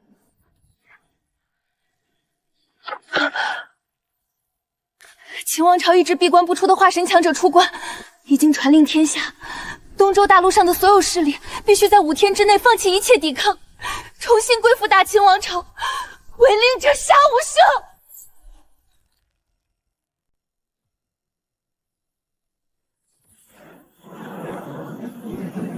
今天老夫就要让天下人都知道，背叛大秦王朝就是死路一条。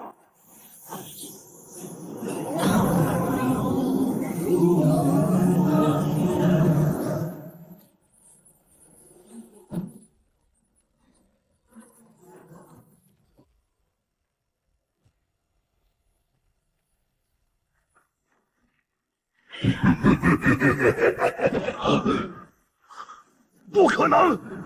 竟然是化神魔族！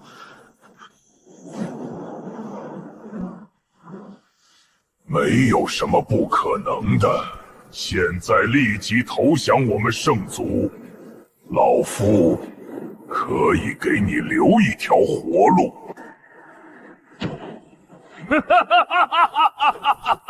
就凭你也想留下老夫？这当今天下能留下老夫之人还没生下来。为了等待你自投罗网，老夫早就准备好了天魔大阵。不好，今天时机不利，还是先撤走为妙。想逃没那么容易。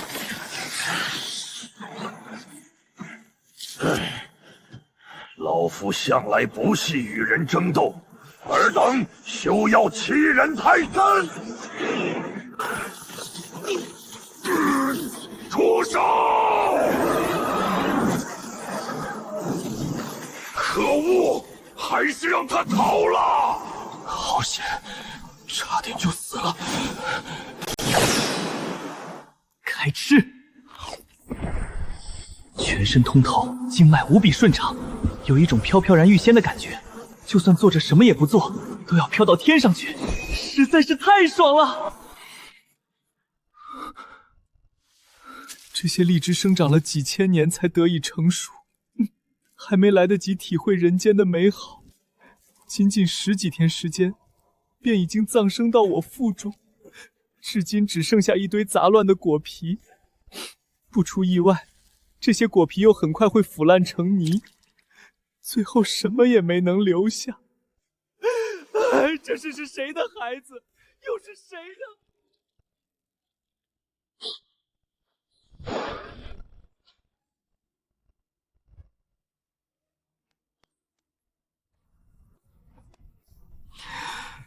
又被这门功法影响到情绪了，幸亏没被人看到。这事要是传出去，我以后还怎么见人？搬家走掉的那一群蟑螂，要不要灭口？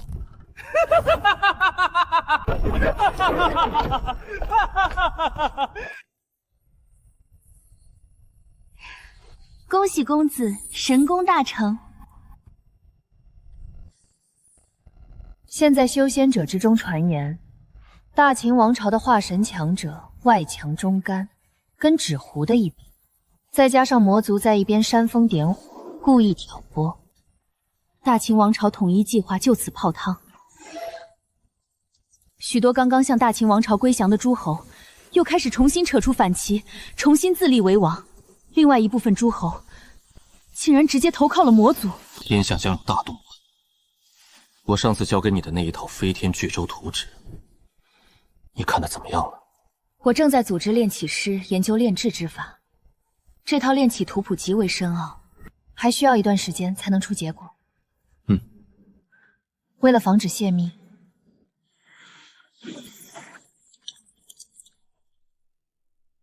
我把非洲的各部位零件分别交给不同的人学习炼制。所有零部件炼制完成后，再放到一起。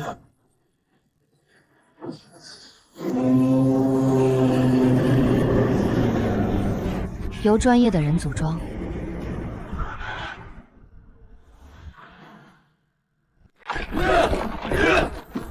这里每一根木梁都是一件价值连城的法宝。普通修士得到一根这样的木杖，得当成传家宝供起来。可不是嘛，就算把我卖了，也买不起这么一根木梁。飞天巨舟交给了黄菲菲去操作，我自己炼制一批傀儡出来，平时斗法中也能成为一大助力。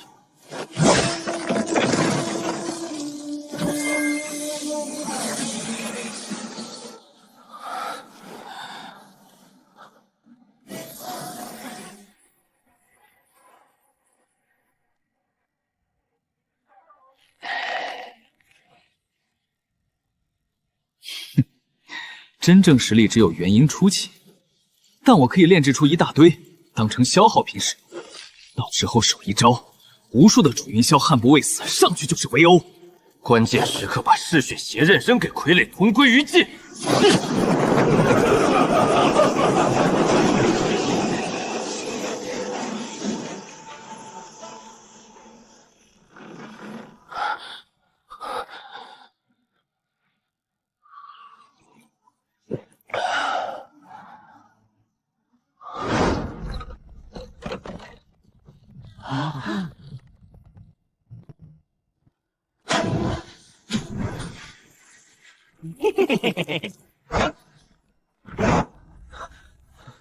姓楚的，你不要欺人太甚！嘿，你也不看看天底下这么多人，我什么不用别人，却选择用了你的形象，你难道不应该好好反思一下吗？再说了，我炼制的傀儡炼成什么样子关你屁事儿。这样吧，看在你也赞助了不少材料的份上，我可以把其中一具傀儡送给你，你自己选一个吧。哼，就这，花费了那么多珍萃材料，就炼出这么些东西，哼，看要不要？要，当然要，就选这个。好，朱兄果然好眼光，带回去一定会有你意想不到的收获。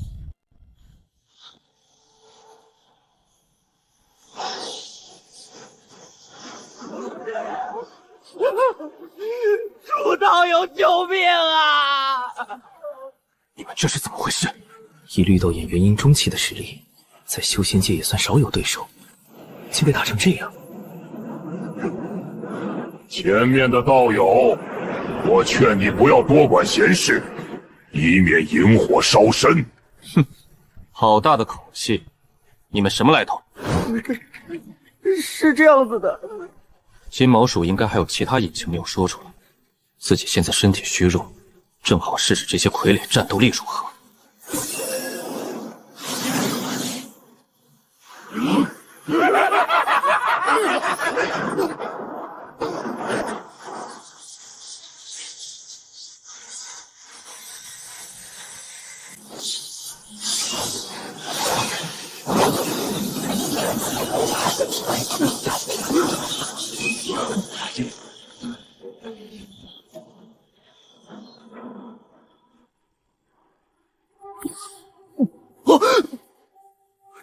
这样也可以？我原本也想冲上去出一把力气的，装，使劲装！想当年，老子一晚上用废2颗腰子，也不曾如此虚弱过。傀儡，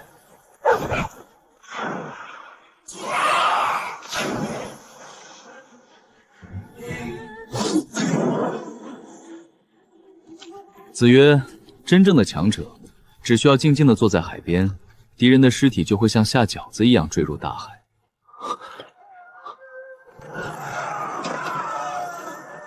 真想把我爹拍醒，让他也长长见识。这样的宏大场面，一辈子也不得能碰到一次。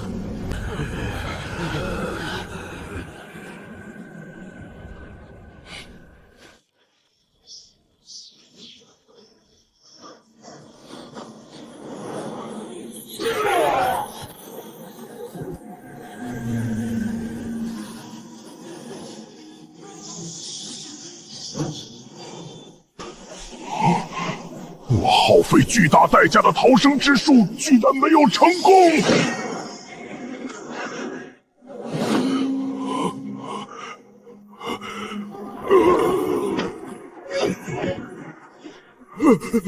求主人饶命啊！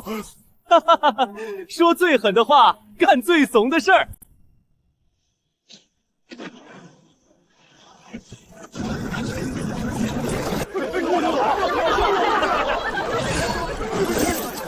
完了，他要是海鲜肉不够卖，会不会直接一刀把我剁了？我这一身肉估计也能卖不少钱，我可不想被当成新鲜食材吃掉。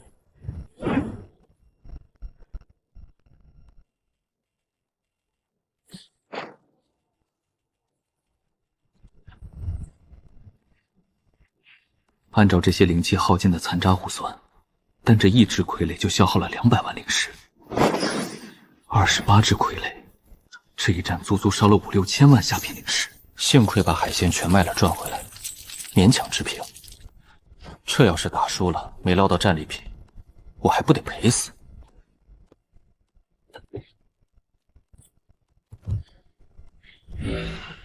把能源核心和意识核心装在臀部，绝对最明智。斗法师头部和胸腔是要害，常遭人下狠手攻击，但臀部肉厚，挨刀也无碍。傀儡就算被斩首，也能继续战斗。体内空间加速时间流逝，需要海量灵石。上次晋级就消耗了上亿，若想冲刺化神，耗费更是天量。除非拥有化神期的绝对实力，直接出手硬抢，可冲刺化神又需要大量灵石，简直是死循环。多谢楚道友再次救我父子俩性命。道友不必客气，就是不知这些东海妖族为何一直要追杀道友，不知道后续还有没有其他强者前来寻道友对峙。在下只怕能力有限，未必能保得道友周全。不瞒道友，我们父子这次在乌龟岛上古遗迹中得到一件宝物，对进阶化神有些帮助。不知道怎么回事，就泄露了出去，以至于各路强者对我们父子就追杀不息。老朽特意为楚道友也留下一份，还请笑纳。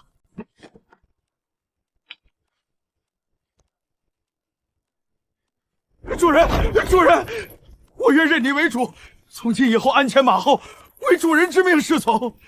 你们因何要追杀老鼠精父子？小的该死，都怪小的我被猪油蒙了心。听人说他们父子从上古遗迹中得到了天精液，便起了贪心。现出你的本体瞧瞧。好的，只是小的外形丑陋，怕污了主人你的眼睛。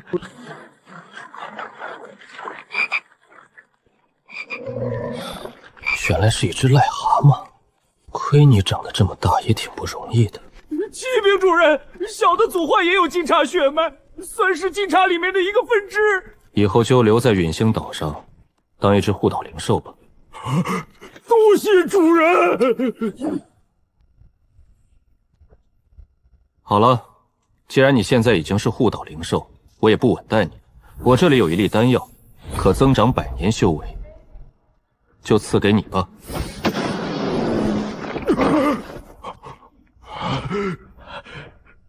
多谢主人。以后你若是能为陨星岛做出贡献，还有赏赐。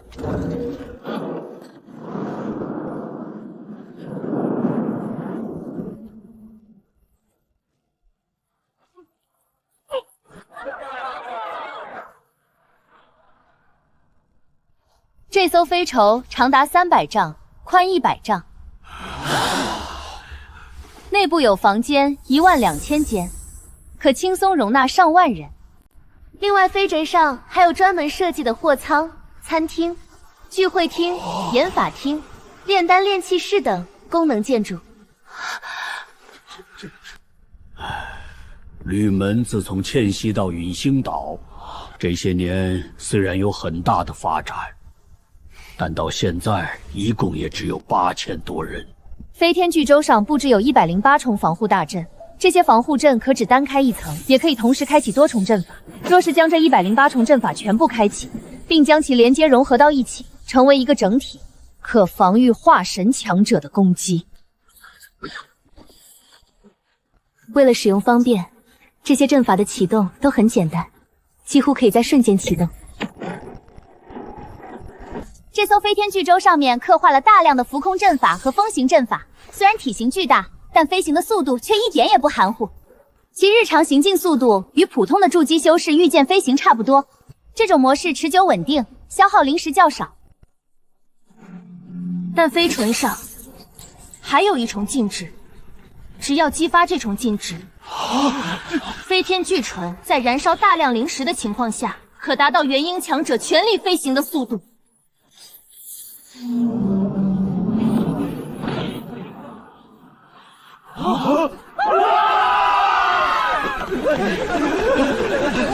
前方的道友救命！大秦王朝一定会有重磅！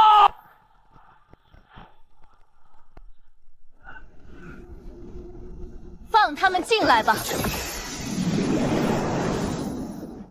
大秦王朝的诸位道友，不妨进来一叙。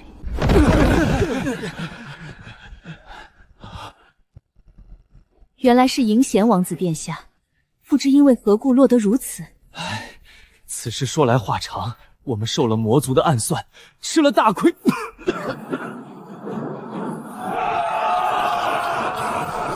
前面的人给我听着！圣族追杀逃犯，所有胆敢窝藏逃犯者，皆与其同罪。诸位道友一定很好奇这艘飞船上的灵能大炮吧？飞筹上一共布置有1000台灵能大炮，现在正好用这群魔族测试一下大炮威能。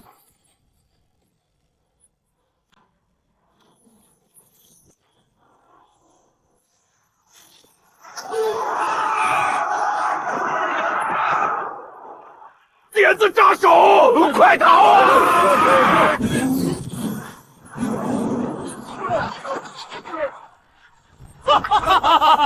你们这些魔族也有今天！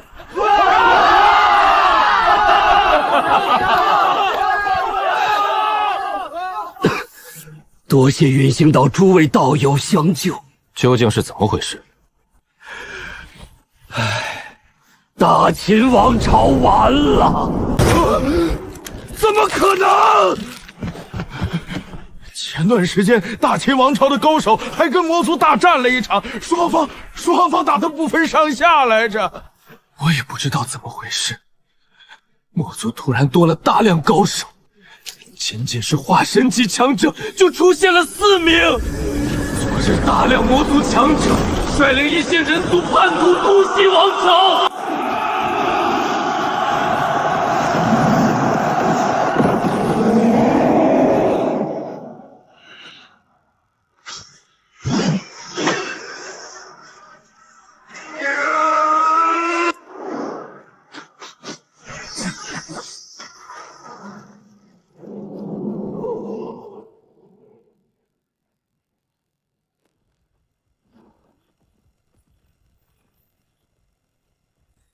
可恨！竟有此事！今天的试验就此结束，咱们还是先回去再说吧。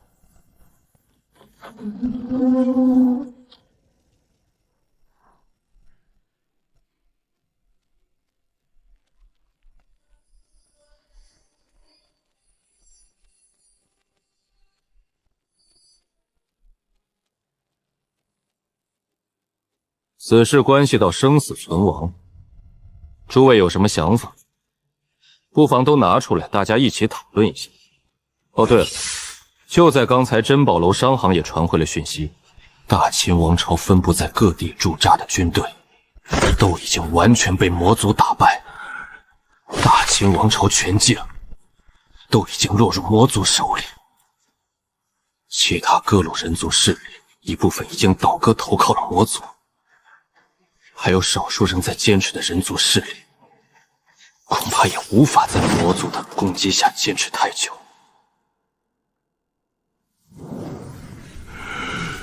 唉，我们从吕国开始就一路后退，到现在还是退无可退呢。既然退无可退，我们只能与魔族拼命了。老子大不了舍了这一条命，也要为人族后代杀出一片天地。对，就这片天地就只有这么点大，周围都是无尽黑暗。就算今天退缩了，以后再也没有我们的容身之地了。干！大不了把这一条老命舍了，反正我活了1000多年也够了。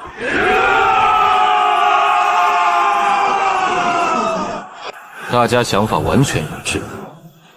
既然被逼到绝路，我绝不举一战。只要内部没人背后捅刀子就行。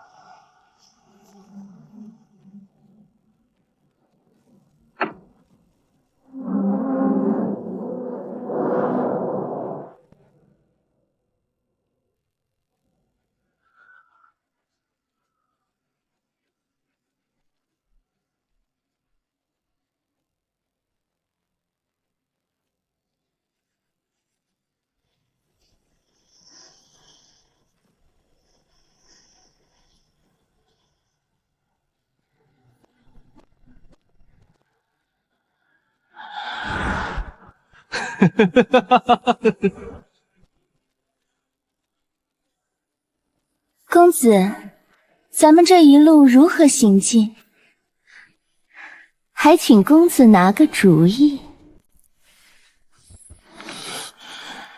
这个蠢女人眼里就只有那个歪瓜裂枣的公子，直接无视了大殿中这么多英雄。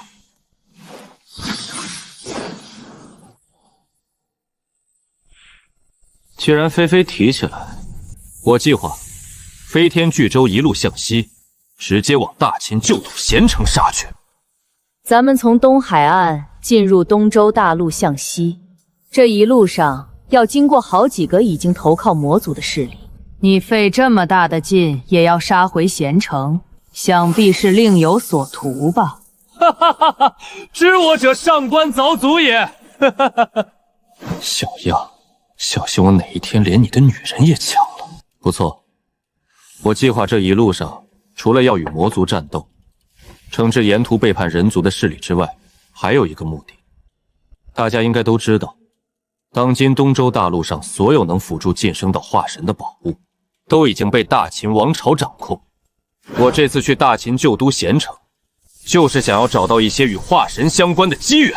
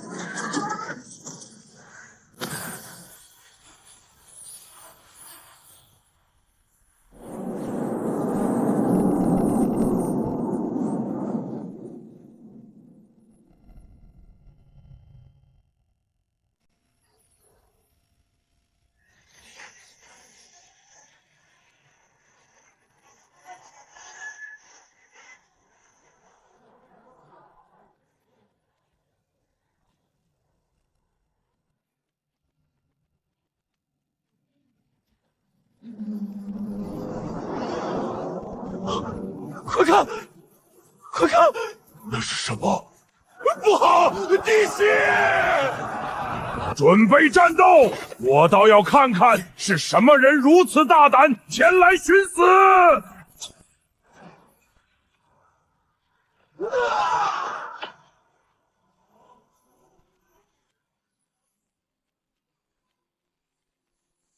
好了，前方驻守的魔族都已经被轰散，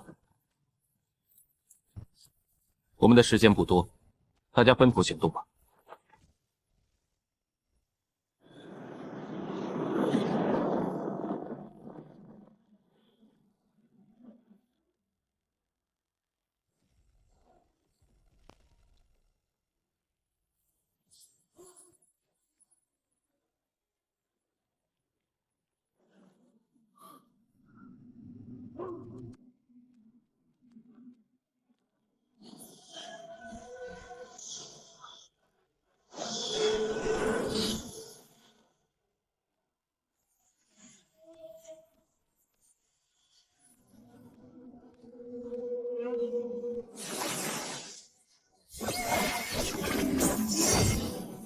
刚才那剑好狠，幸亏替身莲藕卸了致命一击。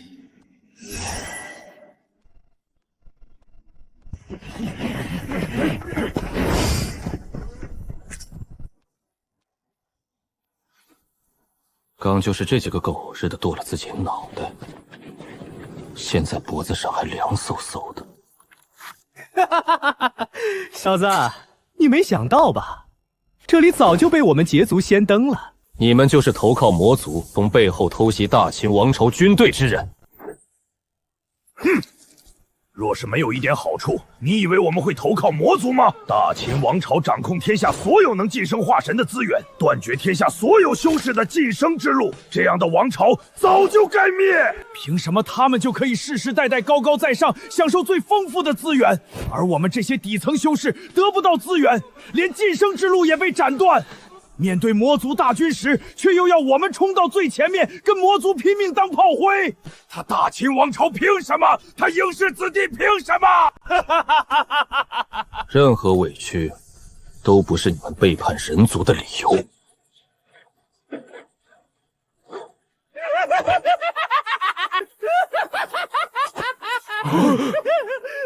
我这是怎么了？为什么要在这时候像个傻子一样狂笑破坏气氛？根本停不下来！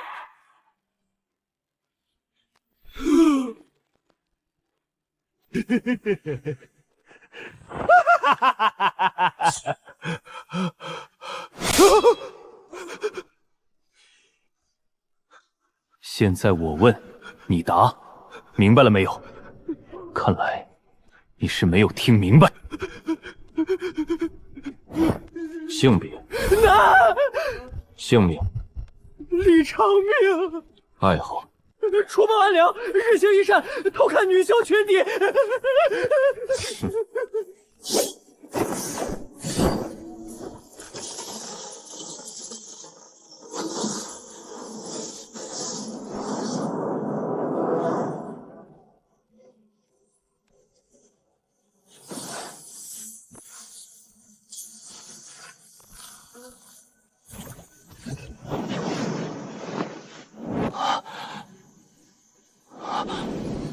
5000年的乌龙堂，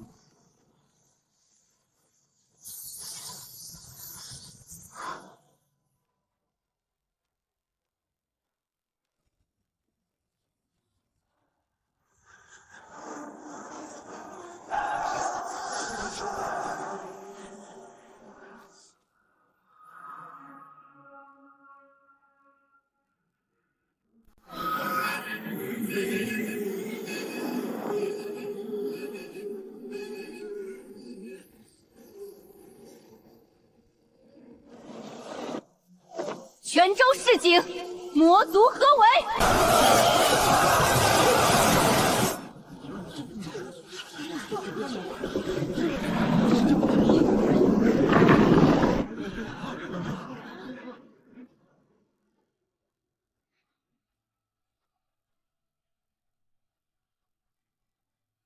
还有20多人没有归队，我们不能轻易放弃队友。明明是要等待楚云霄，还非要说的那么义正正词，欺骗那些小修士的感情。哼！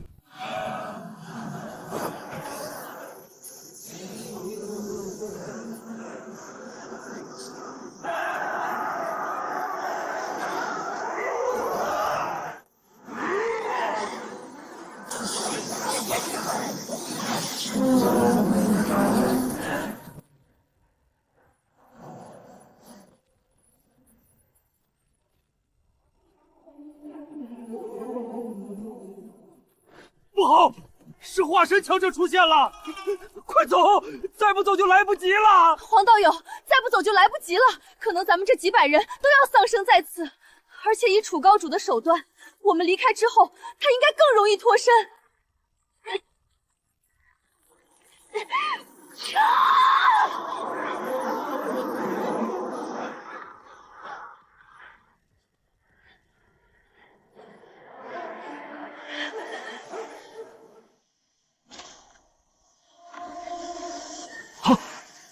这就是传说中的缩地成寸吗？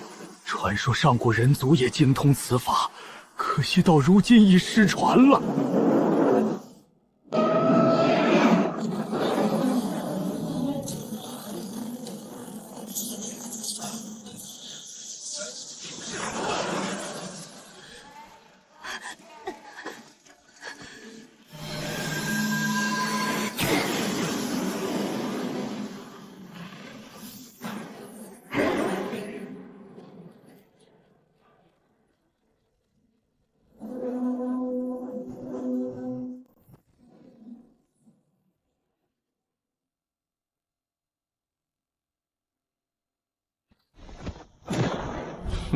飞羽，出现！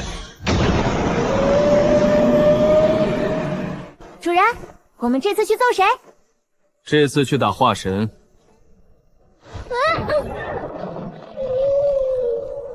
走吧，咱又不跟化神硬拼。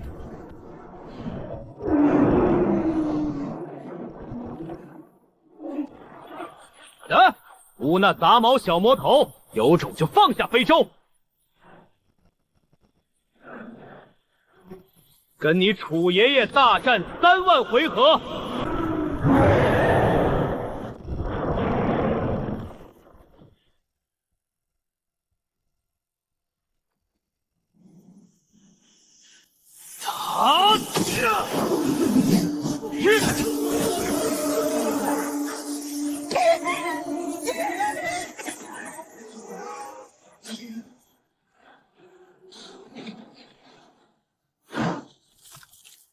来不及了，菲菲，快跑！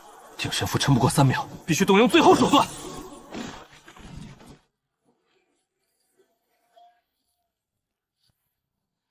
辛苦你们了。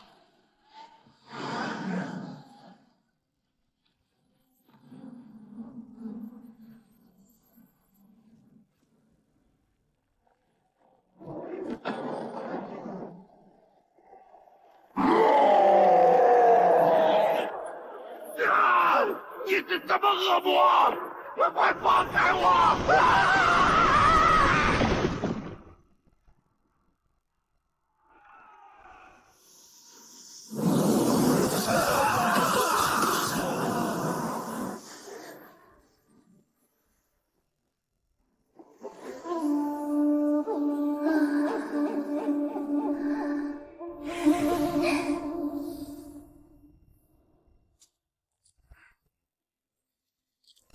所到之处，一切生灵都死光了，还穿什么衣服？多此一举！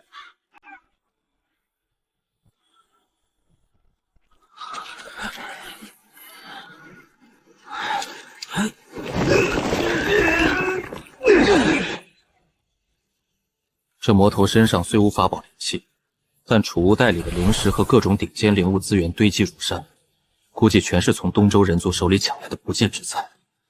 没收了这些，总算弥补了一点我这次的惨重损失。只可惜酝养多年的定神符文彻底崩碎，连压箱底的失血邪刃也化形跑了。化神元神都被他一口吞了，我现在根本不敢去找，只怕还没靠近就得爆体而亡。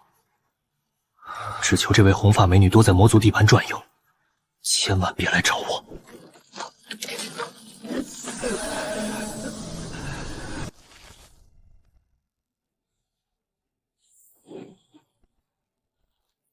这毒药藏在法宝里，用法力激发出去，毒性极其猛烈，哪怕是高阶魔族中招，也会瞬间失去战斗力。顺便再重新凝聚一枚定神符文。不过新符文火候太浅，顶多对付金丹，遇上高阶毫无用处。这次虽然行动受挫，损失很大，但与魔族的战斗才刚刚开始，咱们总不可能受了些损失就重新躲回去。这次的失败，最大原因是太过深入魔族腹地，而且还遇到了化神强者。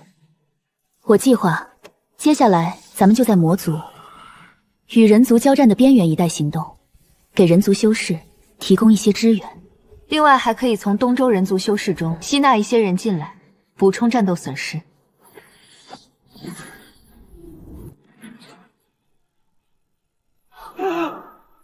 准备战斗！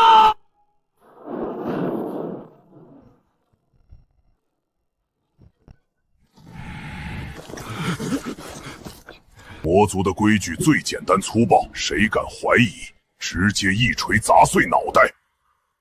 泰然宗曾是大秦第一大宗，备受器重，却在关键时刻反路背刺。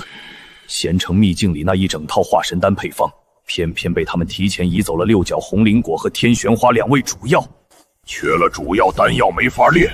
今天说不得要亲自登门讨要一番。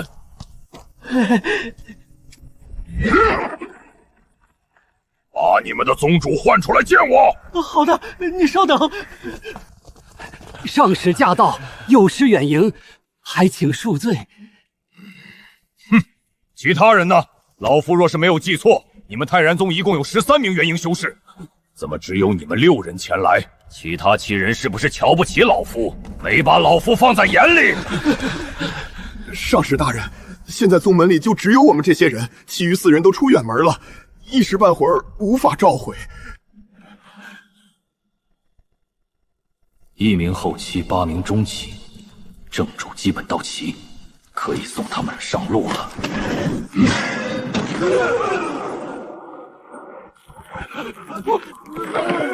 我也中毒了！哎呀！我们与你无冤无仇，为何要陷害我等？这是为何？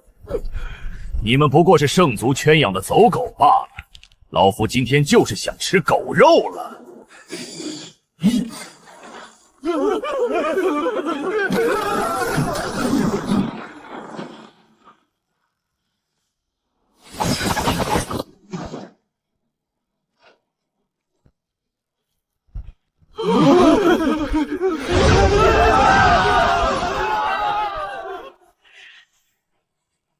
诸位道友不要害怕，老夫并非滥杀之人，刚才只是看蝼蚁兴起，没收住手。你给老夫过来！不知上师有何吩咐？你帮我把泰然宗的地图画出来。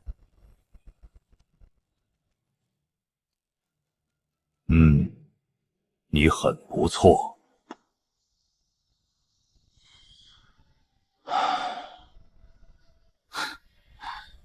可惜不能使用人族尸体献祭，否则泰然宗这几个也不能浪费。大概上界之人防止人族互相献祭，才定下这等规矩。